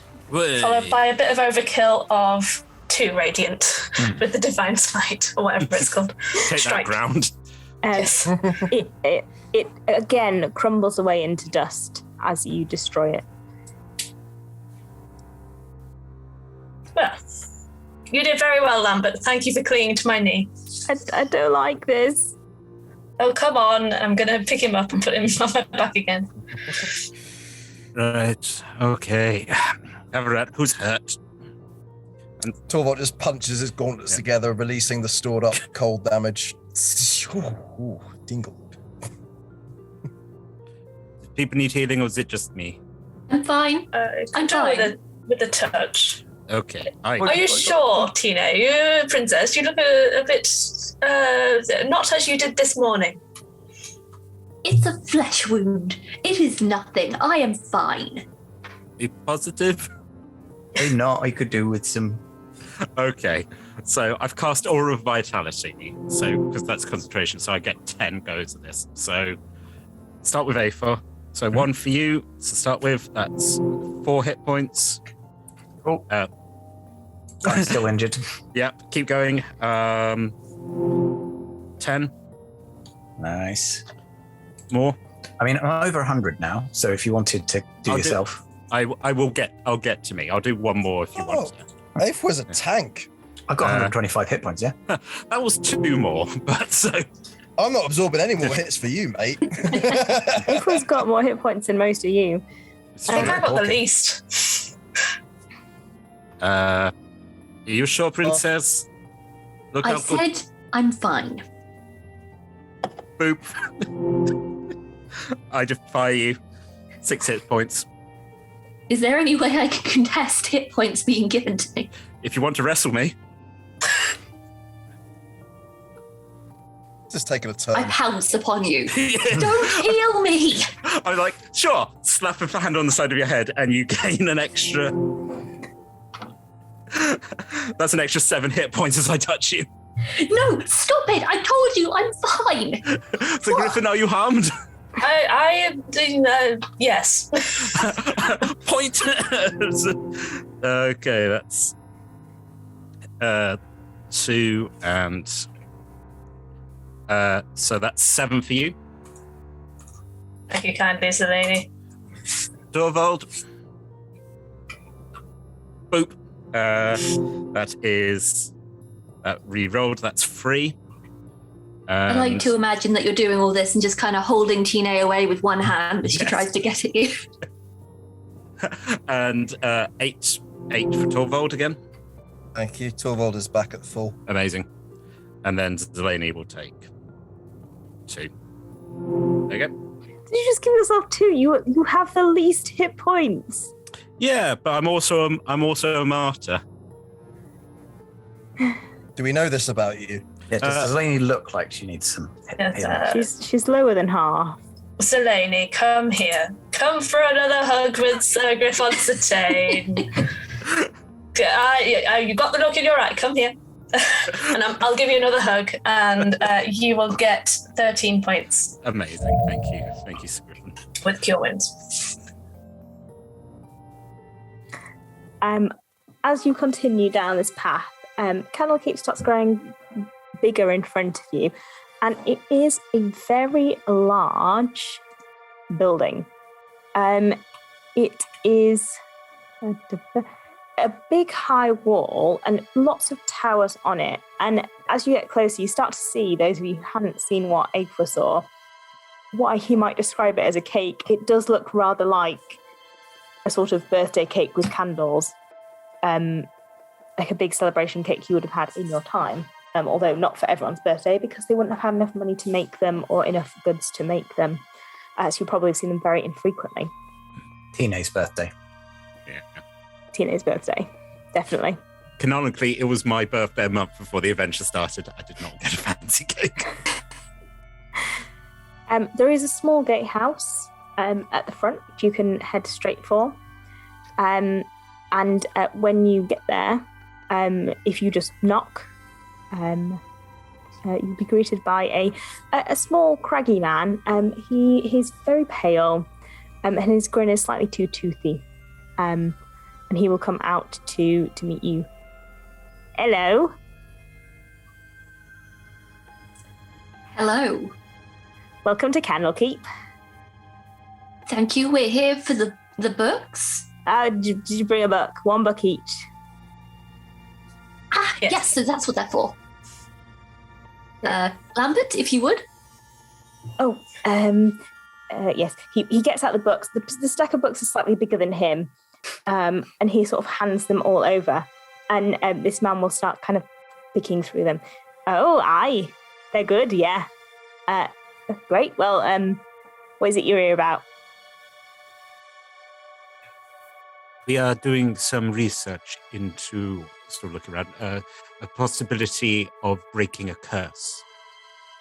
And also little mechanical things. That's well. Mechanical things. Right. Well, let me take you through to the room, and then I'll go find a person, and they'll come and talk you through it. Okay, lead on. Thank you. Great. He'll take you through the gatehouse, which is quite small, and has like a little kind of stool for him, a little fire that he's clearly been sat by. And he'll take you through into a inner courtyard, and he'll take you to one room off the courtyard, which is clearly set up to be a reading room, but there are no books in here. And he'll set you down. Right then, if you all just wait here, I'll be back. You have to wait here then, right? But where else would we wait?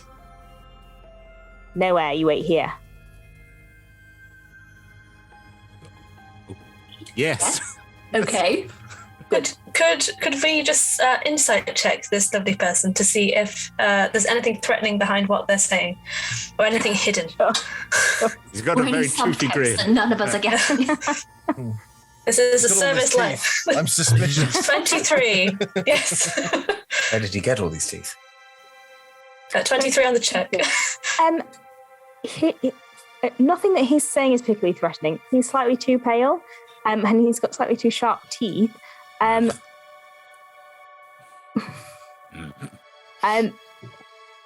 He may be a vampire. You don't know necessarily, but what he's asking you to do seems fine.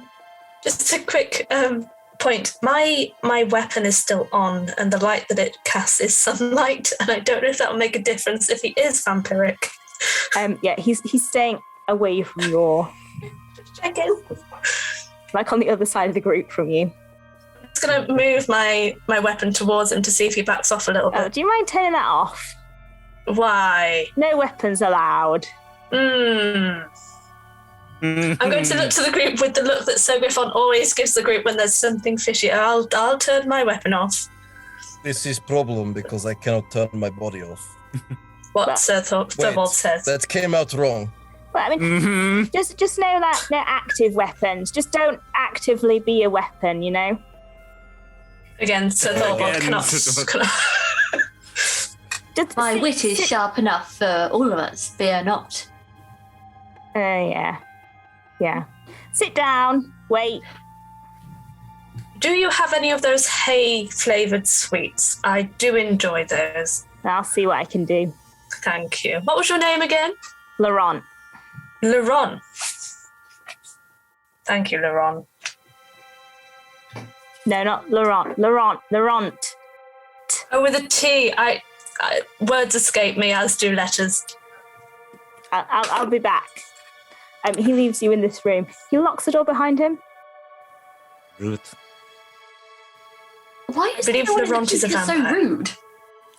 I think manners have fallen away in the last couple of thousand years. Do they not realise who we are? Like, What do you mean he's a vampire? Well, he didn't like the sunlight that my weapon was. I'm going to use the bonus action to turn it back on again. So this, and we're in quite a dark room as it lights up and like encapsulate the entire room in this bright light. This casts sunlight, and those of the undead variety that walk among the living don't like sunlight. And Laurent with a T, he didn't like it. Now, he might be a good vampire, although I've not met one of those before. I don't believe they exist. So be on your guard. Maybe he just devours knowledge. Ooh. Maybe. okay, then he's safe with this group. I was going to say insight, but no. I know that's just... She doesn't realise. Lambert gives you a little look like, oh. Doesn't say anything though. So, So do we just wait? Well, we were told to do. I assume he... Waited for 2,000 years. What is 5 minutes or however long? They You did. want sausage? I saved sausage from breakfast. Nobody takes up No, to if offer was sausage. good. Yeah. Oh, please have. Good. So the room that we're in has no books, and we've just been locked in on one of the doors and not the other. Is the other one locked as well? There are no other doors. Oh, We're just locked in a room now. so we've been locked in a library. Well, Great. so it's like a reading room. So there are desks for studying books. There are little lamps, but there are no books in here. Or even Why like a do you table think- with little magazines about dentistry or something. Why do you think he locked door? I It's pointless. assume he doesn't want us wandering around and touching things, so he controls the information. They would never touch anything unless they was told they could touch. This is ridiculous. What has happened in these times that people will touch things they are not told to? There was But- that rope in front of us in the museum, so it's possible that if Well- that wasn't there, or there wasn't the proverbial locked room, the people would have been all Yeah, but really handsy good. with us over 2,000 years. We did have issues with people trying to get behind the rope. Oh, Anyone specific? Not that I'm aware of, but we do have pictures of people who aren't allowed in. Oh, That's vaguely chilling. I can show them to you when we get back if you want. When we woke up, did any of us wake up with like chewing gum stuck under our armpits? or No, something? no. Or little bits of graffiti. Some of Oh, I've us- got that now. Moustache. That's how I got my tattoo. The Banksy. some of you have really, really big fans though. Like, so Griffin, you have an entire fan club of people who wear like horseshoes on their do I really? Yeah, and the princess has a whole following of Oh, I'm like shaking my hand. Yes, I have a following. they're all ice magic people. Sorry. In fairness, ice magic was tremendously effective in last battle. Well Was said. Yes. Ice most magic. effective of all of us. Ice magic is the poor man's fire. They all love you. I'm sure once they know, they'll all start studying fire magic. Oh, of course they will, because ice magic canonically sucks. God, who would have thought my fan base would be full of such losers? No, who would have thought? And Aphra, obviously, people really want to study Aphra because there aren't any pig folk. All right, where did he go? bang, bang, bang. Dan, but you could be a bit more tactful. That came out very abruptly. You put the poor man in denial. I mean, Sorry. I What thought should we we were do in the with Sword you? Coast. Are we in denial now? Yes, yes. Here's where we are, in denial, in the Sword Coast. In a locked room. As you're having this conversation, the key turns and lock again, and Lambert, sorry, not Lambert. Laurent. walks in. Surprise! Oh, I look, didn't double plan these two on because he knows very well. Laurent comes in carrying a tray with tea things on it. Hello. Would you like some tea? Hello. Tea? Hello. Tea. Yes. Tea? Please, obvious, not the vampire. Tea would be nice. Yeah, of course I'm a vampire. It's not a secret. Were vampires good in this time? No offense, I just haven't. But not all of Not them, any. but I like the books and I live here. So here's your tea. You're not going to drink our blood or force us to drink your blood or any variation thereupon involving blood. Why would I drink your blood? You're all weedy. I'm sorry. Beg your pardon? Just like the gauntlets just straining under the forearm tensing. No, You could drink you're, blood. you're not my type. It's fine. Don't worry. I've got I plenty. think you've offended me in two ways, Laurent. Would you like me to? I can always just take a nibble. No, it's quite all right. Just the tea. Yeah. I see you put your war hammer back on it. Just turn it off again, please. Oh, have I? Oh, yeah. Okay. All right. I'll do that. Thumbs on the button. Seeker Tamazin is coming. She will be with you shortly with some books. Would you like anything in the meantime? Books? Tea? Biscuits? Oh, you wanted sweets. I'm sorry, I couldn't find any sweets. They're bad for the teeth, you know. Are they really? Yeah. Recently discovered that you're supposed to clean your teeth. We might need to get some things for doing that if you want to have so much sugar. Toothbrushes. Yes, those things. Do you have toothbrushes here? Yeah, of course I have toothbrushes. Can And we look at get some that. Well, they're very, very beautiful. Are there toothbrushes we can buy? I don't have sale toothbrushes. I could probably send you somewhere where there are toothbrushes for sale, though. You We're came added to the from list. Baldur's Gate direction. Did you not think to buy them there? It's been a long day. Long couple of thousand years. Yeah. Could I also request, not that toothbrushing is not the most important thing, could I also request possibly some maps of nearby area and places? We are from a long, well, let's just say it takes a long time to get here from where we come from. Oh, where do you want? Baldur's Gate? Yes, this would be a good start. Thank you. And more of this Sword Coast. And denial. You don't happen to have like an encyclopedia of evil, do you? That's a bit of a difficult one. Evil is quite hard to pin down. Depends on where you come from. What do you mean? Well, there was a prophecy and everything. It was like, oh, there'll be some great evil for you to fight. And now we're here and we're like, where's the great evil? Is it here? I don't know. So I was just wondering if there was like a list of like notable people doing things at the moment, like maybe a phone book, whatever a phone is. Maybe there never is. They were always up to some shenanigans. I mean, I could do you a list of demons.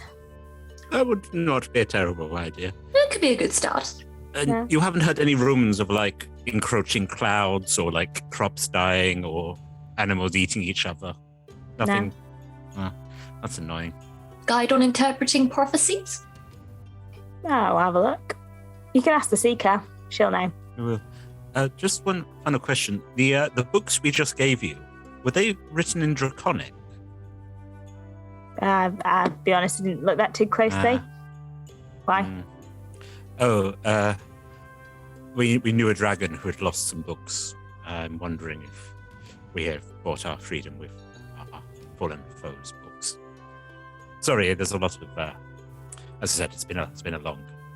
Most people know where the books they bring are from because they brought them.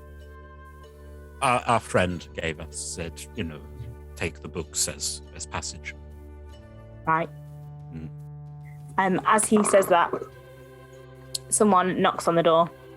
That'll be the Seeker. I'll take my leave. Maps. Please. He goes out the door and a woman enters. This is Seeker Tamazin Heartburn. Heartborn. Oh. Put it in the wiki. She has dark brown skin and she has curly black hair that's piled on top of her head.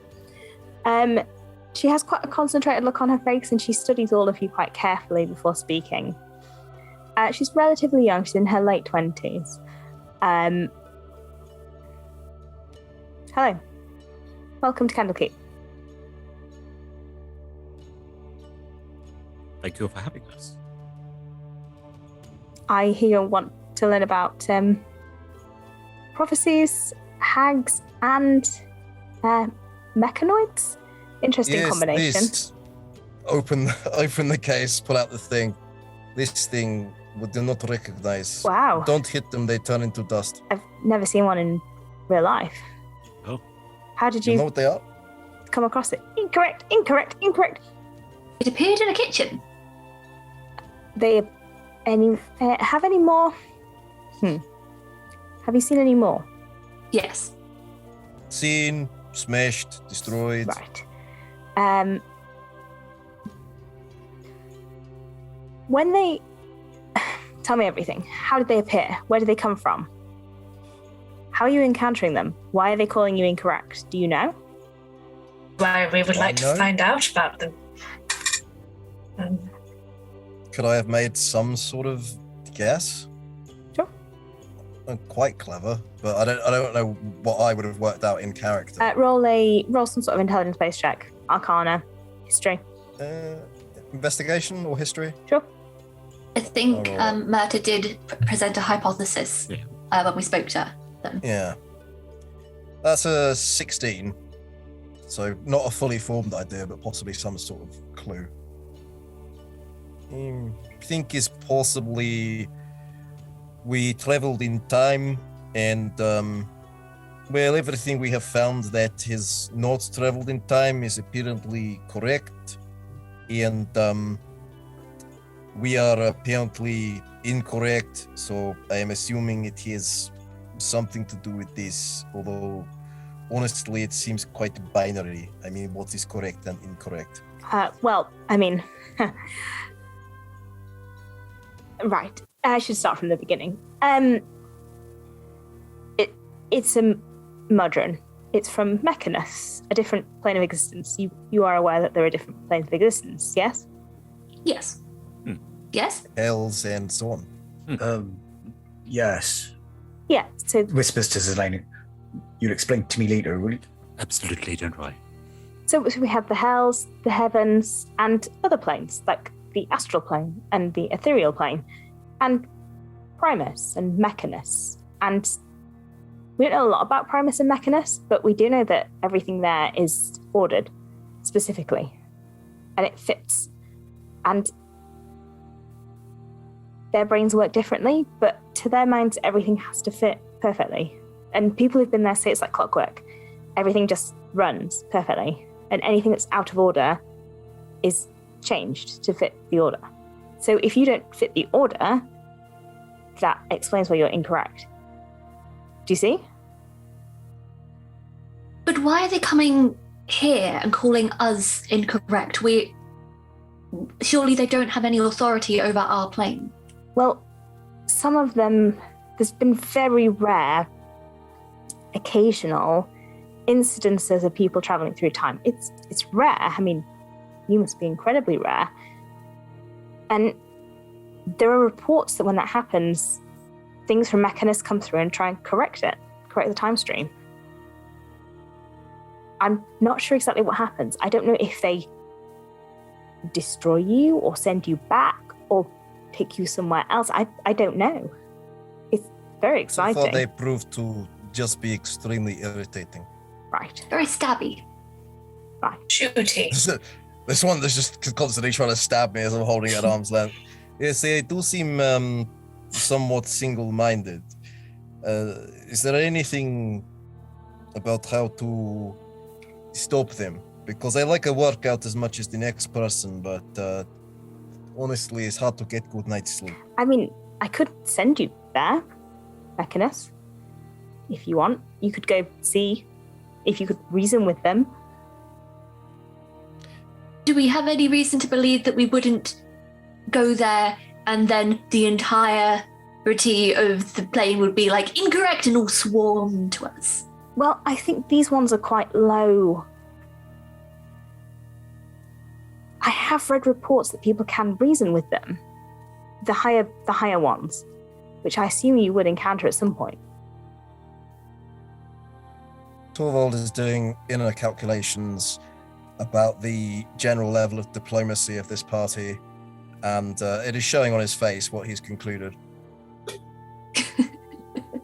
I mean, or I suppose you could just wait and see if it comes to you eventually. But that might be to the detriment of many others. Maybe the problem that we are going to solve is that we don't act and people get hurt.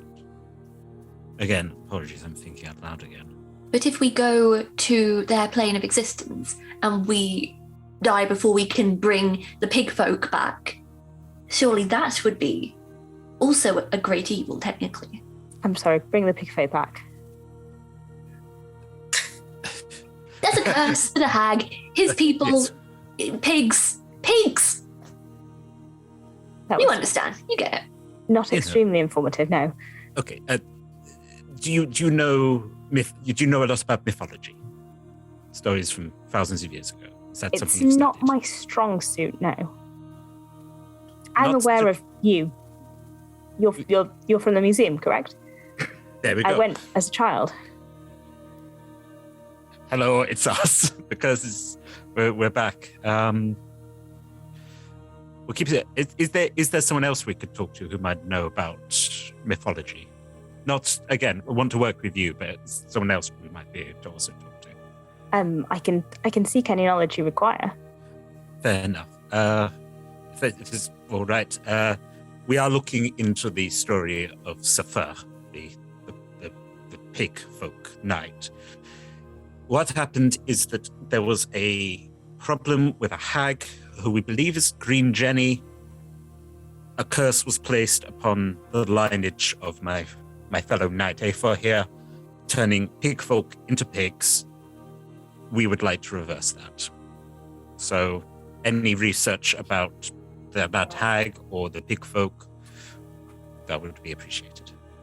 She puts her hand on the book stand and concentrates for a second, and a stack of books appears. Oh. Right. I think this is everything we've got about Green Jenny. Oh, Oh, that was very quick. very impressive. Well, we are Candlekeep. You came here for a reason, yes? Again, we were told to come here, but, sort of. I'm curious. Well, this- You seem like a very intelligent individual. You say you saw us in a museum as a child, and yet you're questioning why we know nothing about Candlekeep or this world.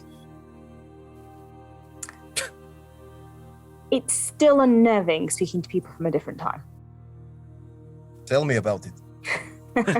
All five of us nod. Okay, Right. We should divide these up between us. It would be faster. right. Okay. Those of us who can read on one side, those of you who can't, maybe flick through some pictures. Don't we take a look at the maps? Can read maps. Yes. That's good. That would actually be very useful. Did you request maps? Yes. Jill goes to get out the door. Laron, did you get the maps? And he'll sort of shuffle back over here and hand over a stack. And you have maps of the various Sword Coast areas, including Baldur's Gate, Waterdeep, and surrounds. If you need to know what any of these words pointing at like the names of towns are, I can tell you. Fab. This is Candlekeep. Here, this is where we are on Sword Coast. And look for patterns. You look at place on map, and then you look in other place, and it will tell you what it is. You see the same shapes with the pen. Yes. Yep, we'll find it. Those of you who are reading, does someone want to lead an investigation check with someone else? Probably assisting? Torvald to lead, I would think. Well, I've got +1 investigation, so probably that's. Got +0, so. Yeah. -2. -1. However, if I could use history to absorb historical knowledge, then it would be better, but. It's kind of my thing. I used to read a lot back in study magic. I used to study magic as well. I tried to be a wizard when I was but a foal, but I can't read, so I didn't do very well. But if there's any runes in there that I recognise or any symbols, I could maybe help. Well, wizardry's loss is our gain, Sir Griffin. Say again. Well, it does- I didn't actually hear what you said. Compliment me again. Wizardry's loss is our gain, Sir Griffin. Thank you so much, Sir Thorvald. Thank you. I do like a good compliment. Well, yes, look through this, see if there are any runes. We'll start with this and this and this. And the terminology that we should look for just goes on to kind of extrapolate based on that. And I guess start to check with advantage. Yeah, because everyone's helping. See what we find. Go for it. That's not a bad start. Yeah, I'll take that. That's a 21. 21. So as you're looking through these books, you start to piece together lots of information about Green Jenny between the four of you who are looking at them. What you are finding is that she was a very powerful hag, green hag. She lived a very long time ago. There's a few mentions of her interactions with Fur. It seems that basically he had a run-in with her. He was a bit ignorant. Of the ways of hags, and he accidentally made a deal with her where he thought he was making one deal and he accidentally made a different deal, and the result of that was what happened to the pig folk. Green Jenny has passed, but you find information about where her descendants live. They are pretty close to where you are. Well, your cave, your museum is. So if you go back to Myrta using the shell, you can probably get to that relatively swiftly. And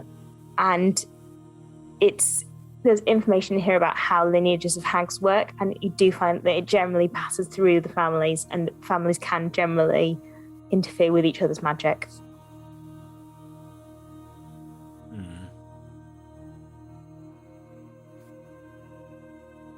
So there is the option of asking nicely.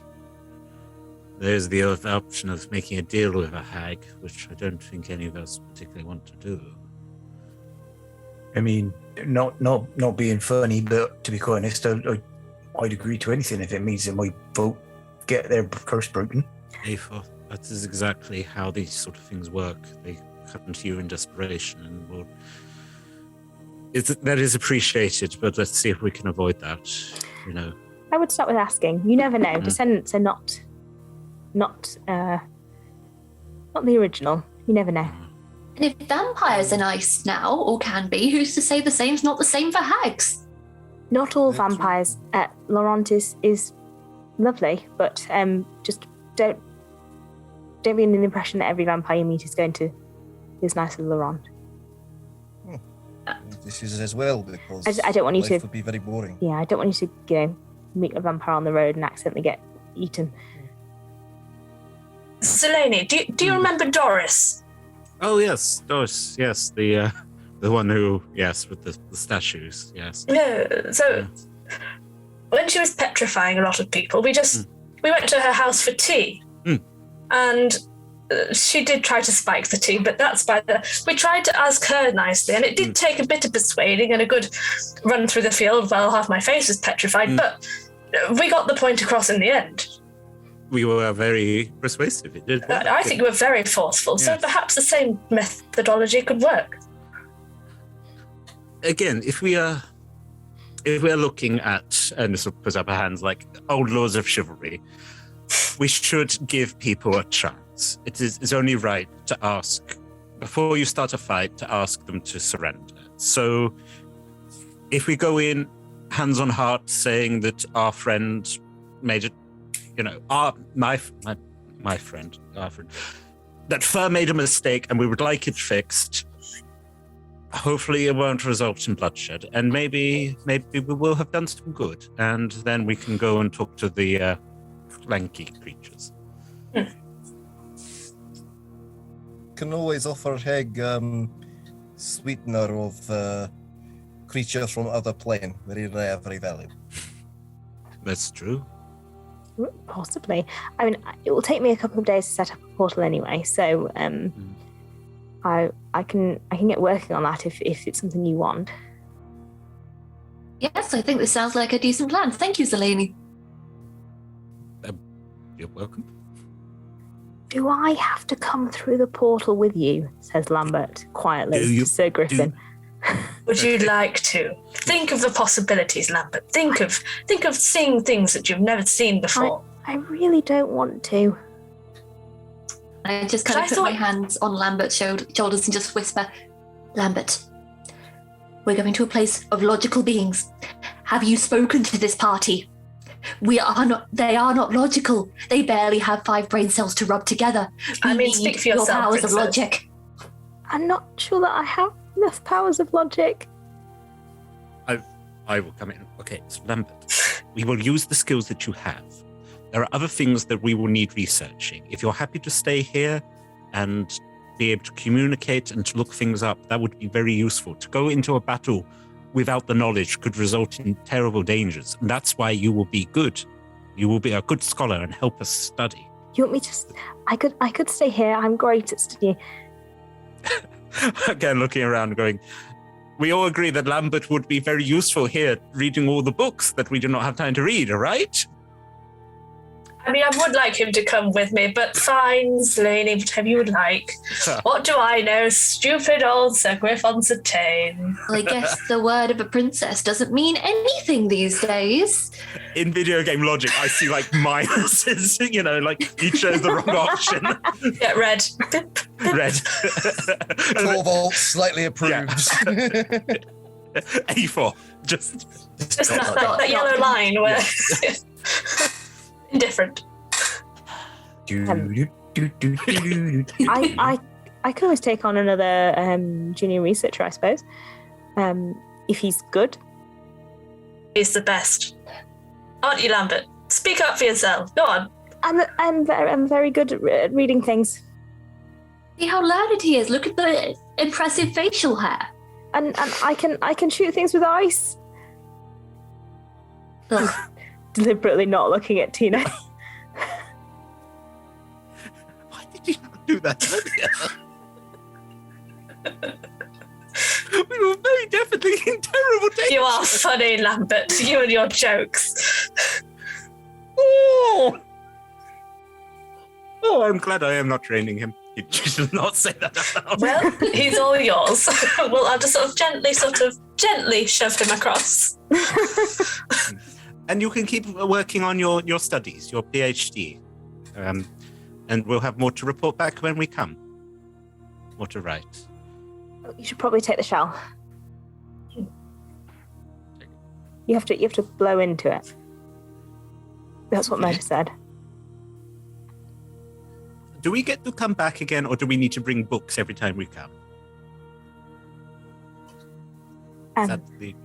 Tamsin, I mean, ideally you would bring a book every time you came, but I suppose since you're on a return trip, it won't necessarily be needed. But if you have extra books, you could always bring me a book. You did mention that you have a dragon's sword of books. Could it be one that we've written ourselves? Would that suffice, or does it have to be quite rare? Is it a book of learning? I mean, you can't write. But that's very true. But what about the words of a princess? They would be pretty good. Look how stern she looks. That's a true mark of a good pen person. What is the content of your book, Princess? It is the rules of court 2,000 years ago. It'll have a lot of historical significance on how things worked on a day-to-day basis, because I imagine there's not a lot surviving from back then. Maybe like how our magic is taught. I kind of look at them and just kind of try and ascertain if any of this is impressing. Roll persuasion check. Oh, I'm actually good at this. Excellent. So that is 28. Actually, that does sound quite interesting. Maybe alongside a book from the Dragon's Sword.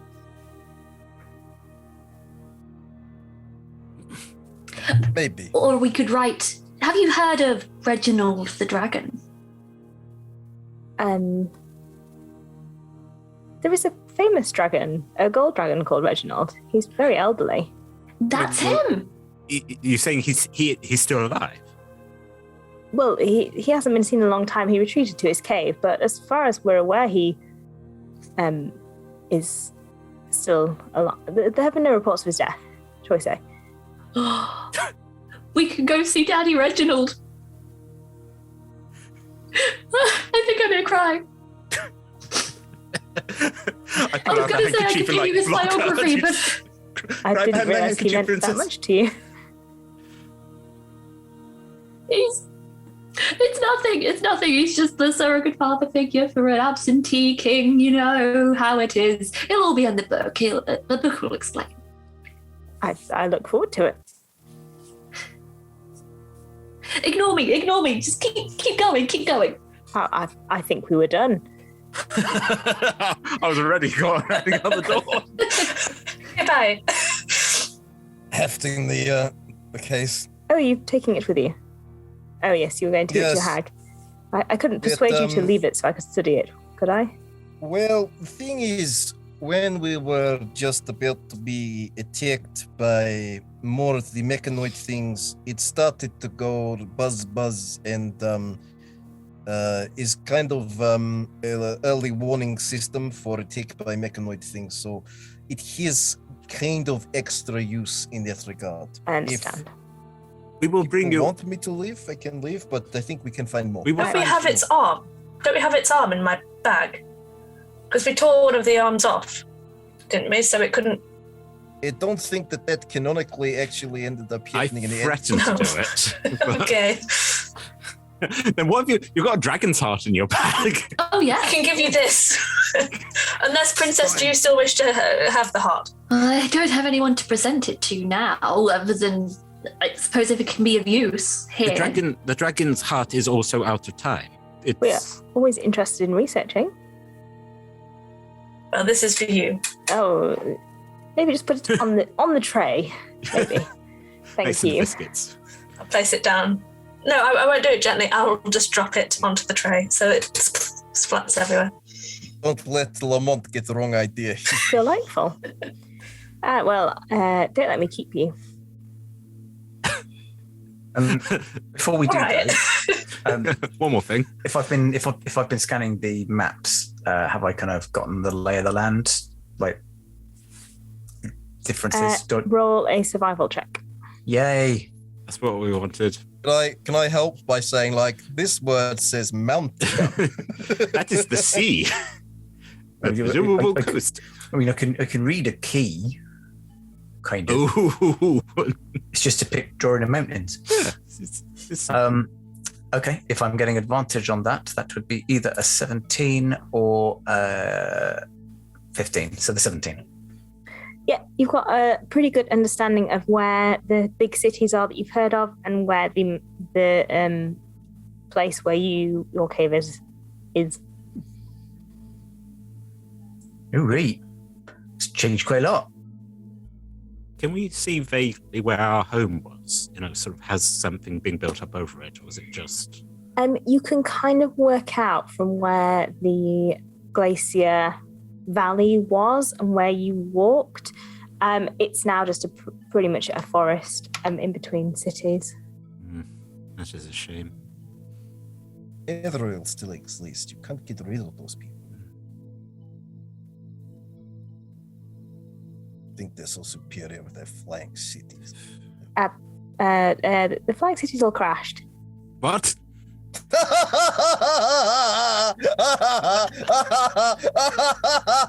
Made my friend laugh. It goes on for some time. It was quite a large tragedy. Lots of people died.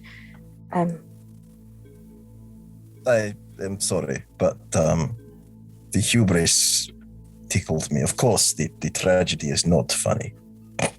When did that happen? Recently? Oh, no, a long time ago. Maybe 1,000 years? Almost yesterday. Oh, I am coming out of time myself. Yep. Any more?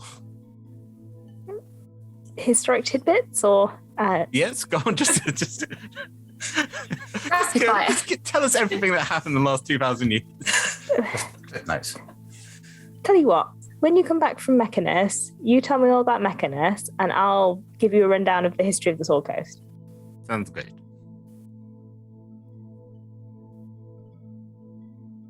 Okay. So who's got the conch? I think I took it. Are we? Do we do it in here, or does anyone else want to do it? I would like to do it. There you go, princess. Yeah. Okay. Is everybody ready? Yes, But are you steady? always. And go, and I blow the conch. As you blow it, the 5 of you are teleported back into Myrta's living room. She's busy pretending to drink tea, which she can't drink. Oh, I knew you were coming. Hello. Insight check. Sure.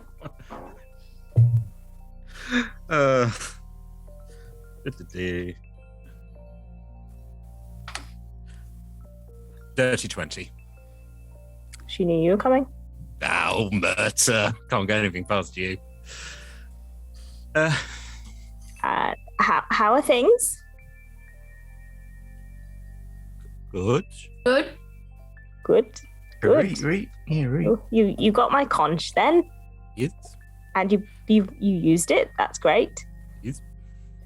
Is it just one use, Murta, or can we use it again? Oh no, you can use it as many times as you want. It just only comes here. So That's useful. you can use it whenever you like to visit me. Isn't that lovely? It is. And she's still creaking. Yeah, she's still metal. I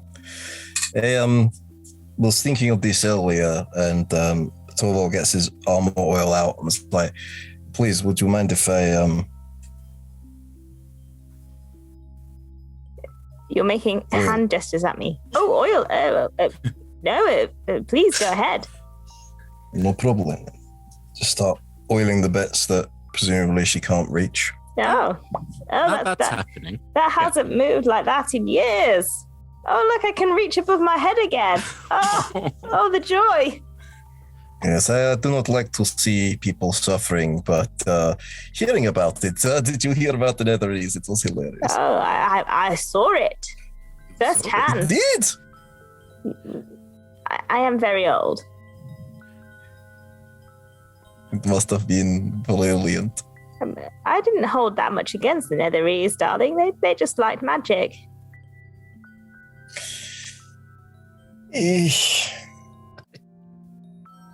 mean, there's a certain moral ambivalence about that statement, but I have no need to debate it at this point. Oil. No. Was Did there anything in Thorvald's spy stories that might tell me why he hated them so much? Was there? I had a pact with the dragons. Well, like one of the jobs that I was sent on. Like there was basically a range of conditioning that was as part of the cult of Tiamat, and I was sent to do various missions against the Netherese, and many of my friends died in this process. And even though I've kind of removed myself from the yay, chromatic dragons good, bring about the end of the world side of it, there's still that kind of that sort of inbuilt animosity towards people who have been responsible for personal loss. And also, to an extent, like Torvald is very clever, but Netherese magic was a level beyond anything that he was ever capable of. So there is that element of pride, and he doesn't have a lot of tact. That's just true. But that would have come up in the stories for sure. Always be a little bit foreign wherever you are. I'm getting the rival football club of your hometown kind of vibes. Yes. Obviously on a much more epic and, scale with death and everything. But It's not inaccurate analogy. So, what did you like Candlekeep? Isn't it great? We didn't see much of it, actually. We were locked in a room. Oh yes, they don't like to let you in with all the books. You might touch them. That's what we thought. Lambert, yes, Lambert has been left behind to study. Yeah, well, the pull of the books, you see, it's some people, you can't help them.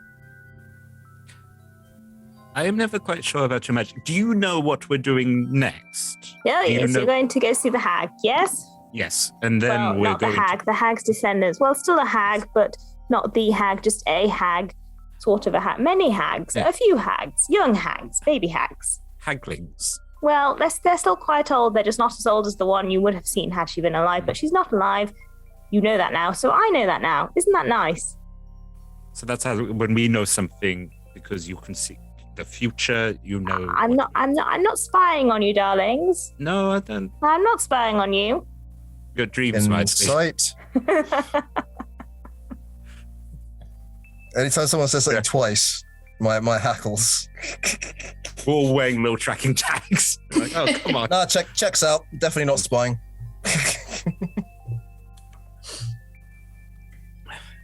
Good. This is good to know that you are not spying. I trust you completely. I don't Wow. know. Oh. Did you know that Reginald is still around? Have you heard anything from... I hear he retreated to a cave, and he's Yes, not we've been also heard seen that. since. But also, nobody has heard that he died. You literally just know. Is that how? That's please. Are you spying on us? I will ask you out front. I understand that you might be able to scry on something. Is this how your magic works? That you know things because you see things? Sometimes, Lady, I get visions, and sometimes I just watch people and then just repeat things back to them. Why must you? You revealed the secret, and now it's not mystic anymore. I'm a ruiner. I'm so anti-prophecy. I apologize. Everyone else is everyone else outside of this room knows what a great wizard you are. It's just we're old friends. You all know Reginald never liked me, so we didn't keep in touch. No. I do think he might have been right. That's very rude. Have I done anything apart from help you? It's true. Quick question. For some reason, I just need to ask: how did this happen? the metal. Well, you see, when these things were born, a great wizard made them and pulled souls into them. And I spoke to one of them, and it was bored.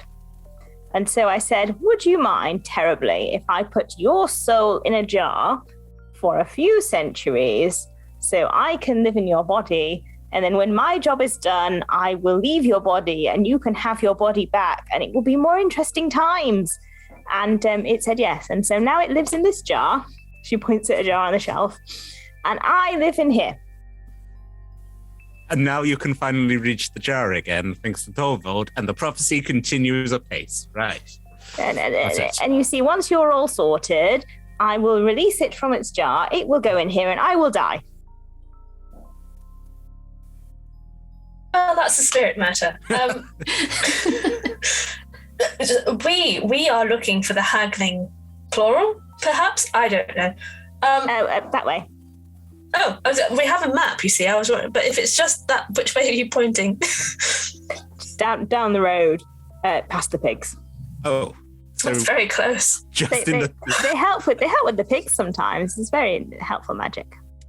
And you couldn't have told us this before we went to. Anyway, never mind. You need to find things out on your own. And sometimes it's good to have told the information. Life is about the journey. And look, I've been stuck here for 2,000 years. You've got to do your time as well. I suppose, again, if we're looking at prophecy, if we hadn't gone, we wouldn't have put Lambert there. Lambert might find some secret that might have saved the world. Or maybe he'll become some incredible wizard researcher and he's, solve some great evil in the future. You just don't know. Not with ice magic, he won't. Ice magic can be quite powerful. Not if you don't cast it.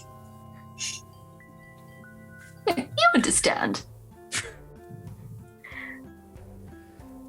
Are you going to head out towards the hags? Yeah. Could we have a little short rest, perhaps, before we go and haggerate? You can count this as a short rest. You've spent enough time with the researcher and with Myrta that you can roll a short rest. I was going to say, Myrta seems to miss having company. So if we're having, I think maybe we have another round of tea just to let Myrta feel loved. Well, Myrta's made tea that she's pretending to drink, but is not drinking. I guess. We didn't drink tea back in the library, did we? I think it was offered, but then we put hearts on biscuits. So maybe tea would be nice. And as you sit there having your short rest and getting ready to go off and find these hags, I mean, who knows how old these hags are? That is where we'll pick up next time. Woo! Thank you, everyone. Let me find my outro script. There it is. So thank you so much, everyone, for joining us for 2 nights shenanigans. If you enjoyed tonight, we're playing for the next 2 Tuesdays. We start at 6 p.m. GMT, and we also play on Mondays at 6 p.m. GMT, which is currently alternating between Liz's Shadowfell campaign, the Shadowfell Symphony, and also the Noir and English campaign, which is called Into the Sunset. We also have a stream on Fridays at 6 p.m, which is our Talk Together, which is where 2 people from our team talk to each other about D&D and RPGs and life, which is much fun. All of our shows are streamed twitch.tv/WorldTogetherRPG and are archived at youtube.com/WorldTogetherRPG. And once again, we're available as podcasts. Once again, a massive thank you to our D20 Club on Patreon. We really do appreciate all of your support, and there'll be a link in chat right now if you fancy checking that out and potentially joining us. Once again, a massive thank you to our sponsors, that's Hero Forge, Ultra Pro, and Eldwood Academy, and to our supporters, D&D Beyond, Isle Champions of the Bottom Realms, Warriors of Waterdeep, and Level Up Dice. We are Roll Together RPG all over social media, and thank you so much for joining us. We'll be back next week. Thanks, everyone. Bye. Bye.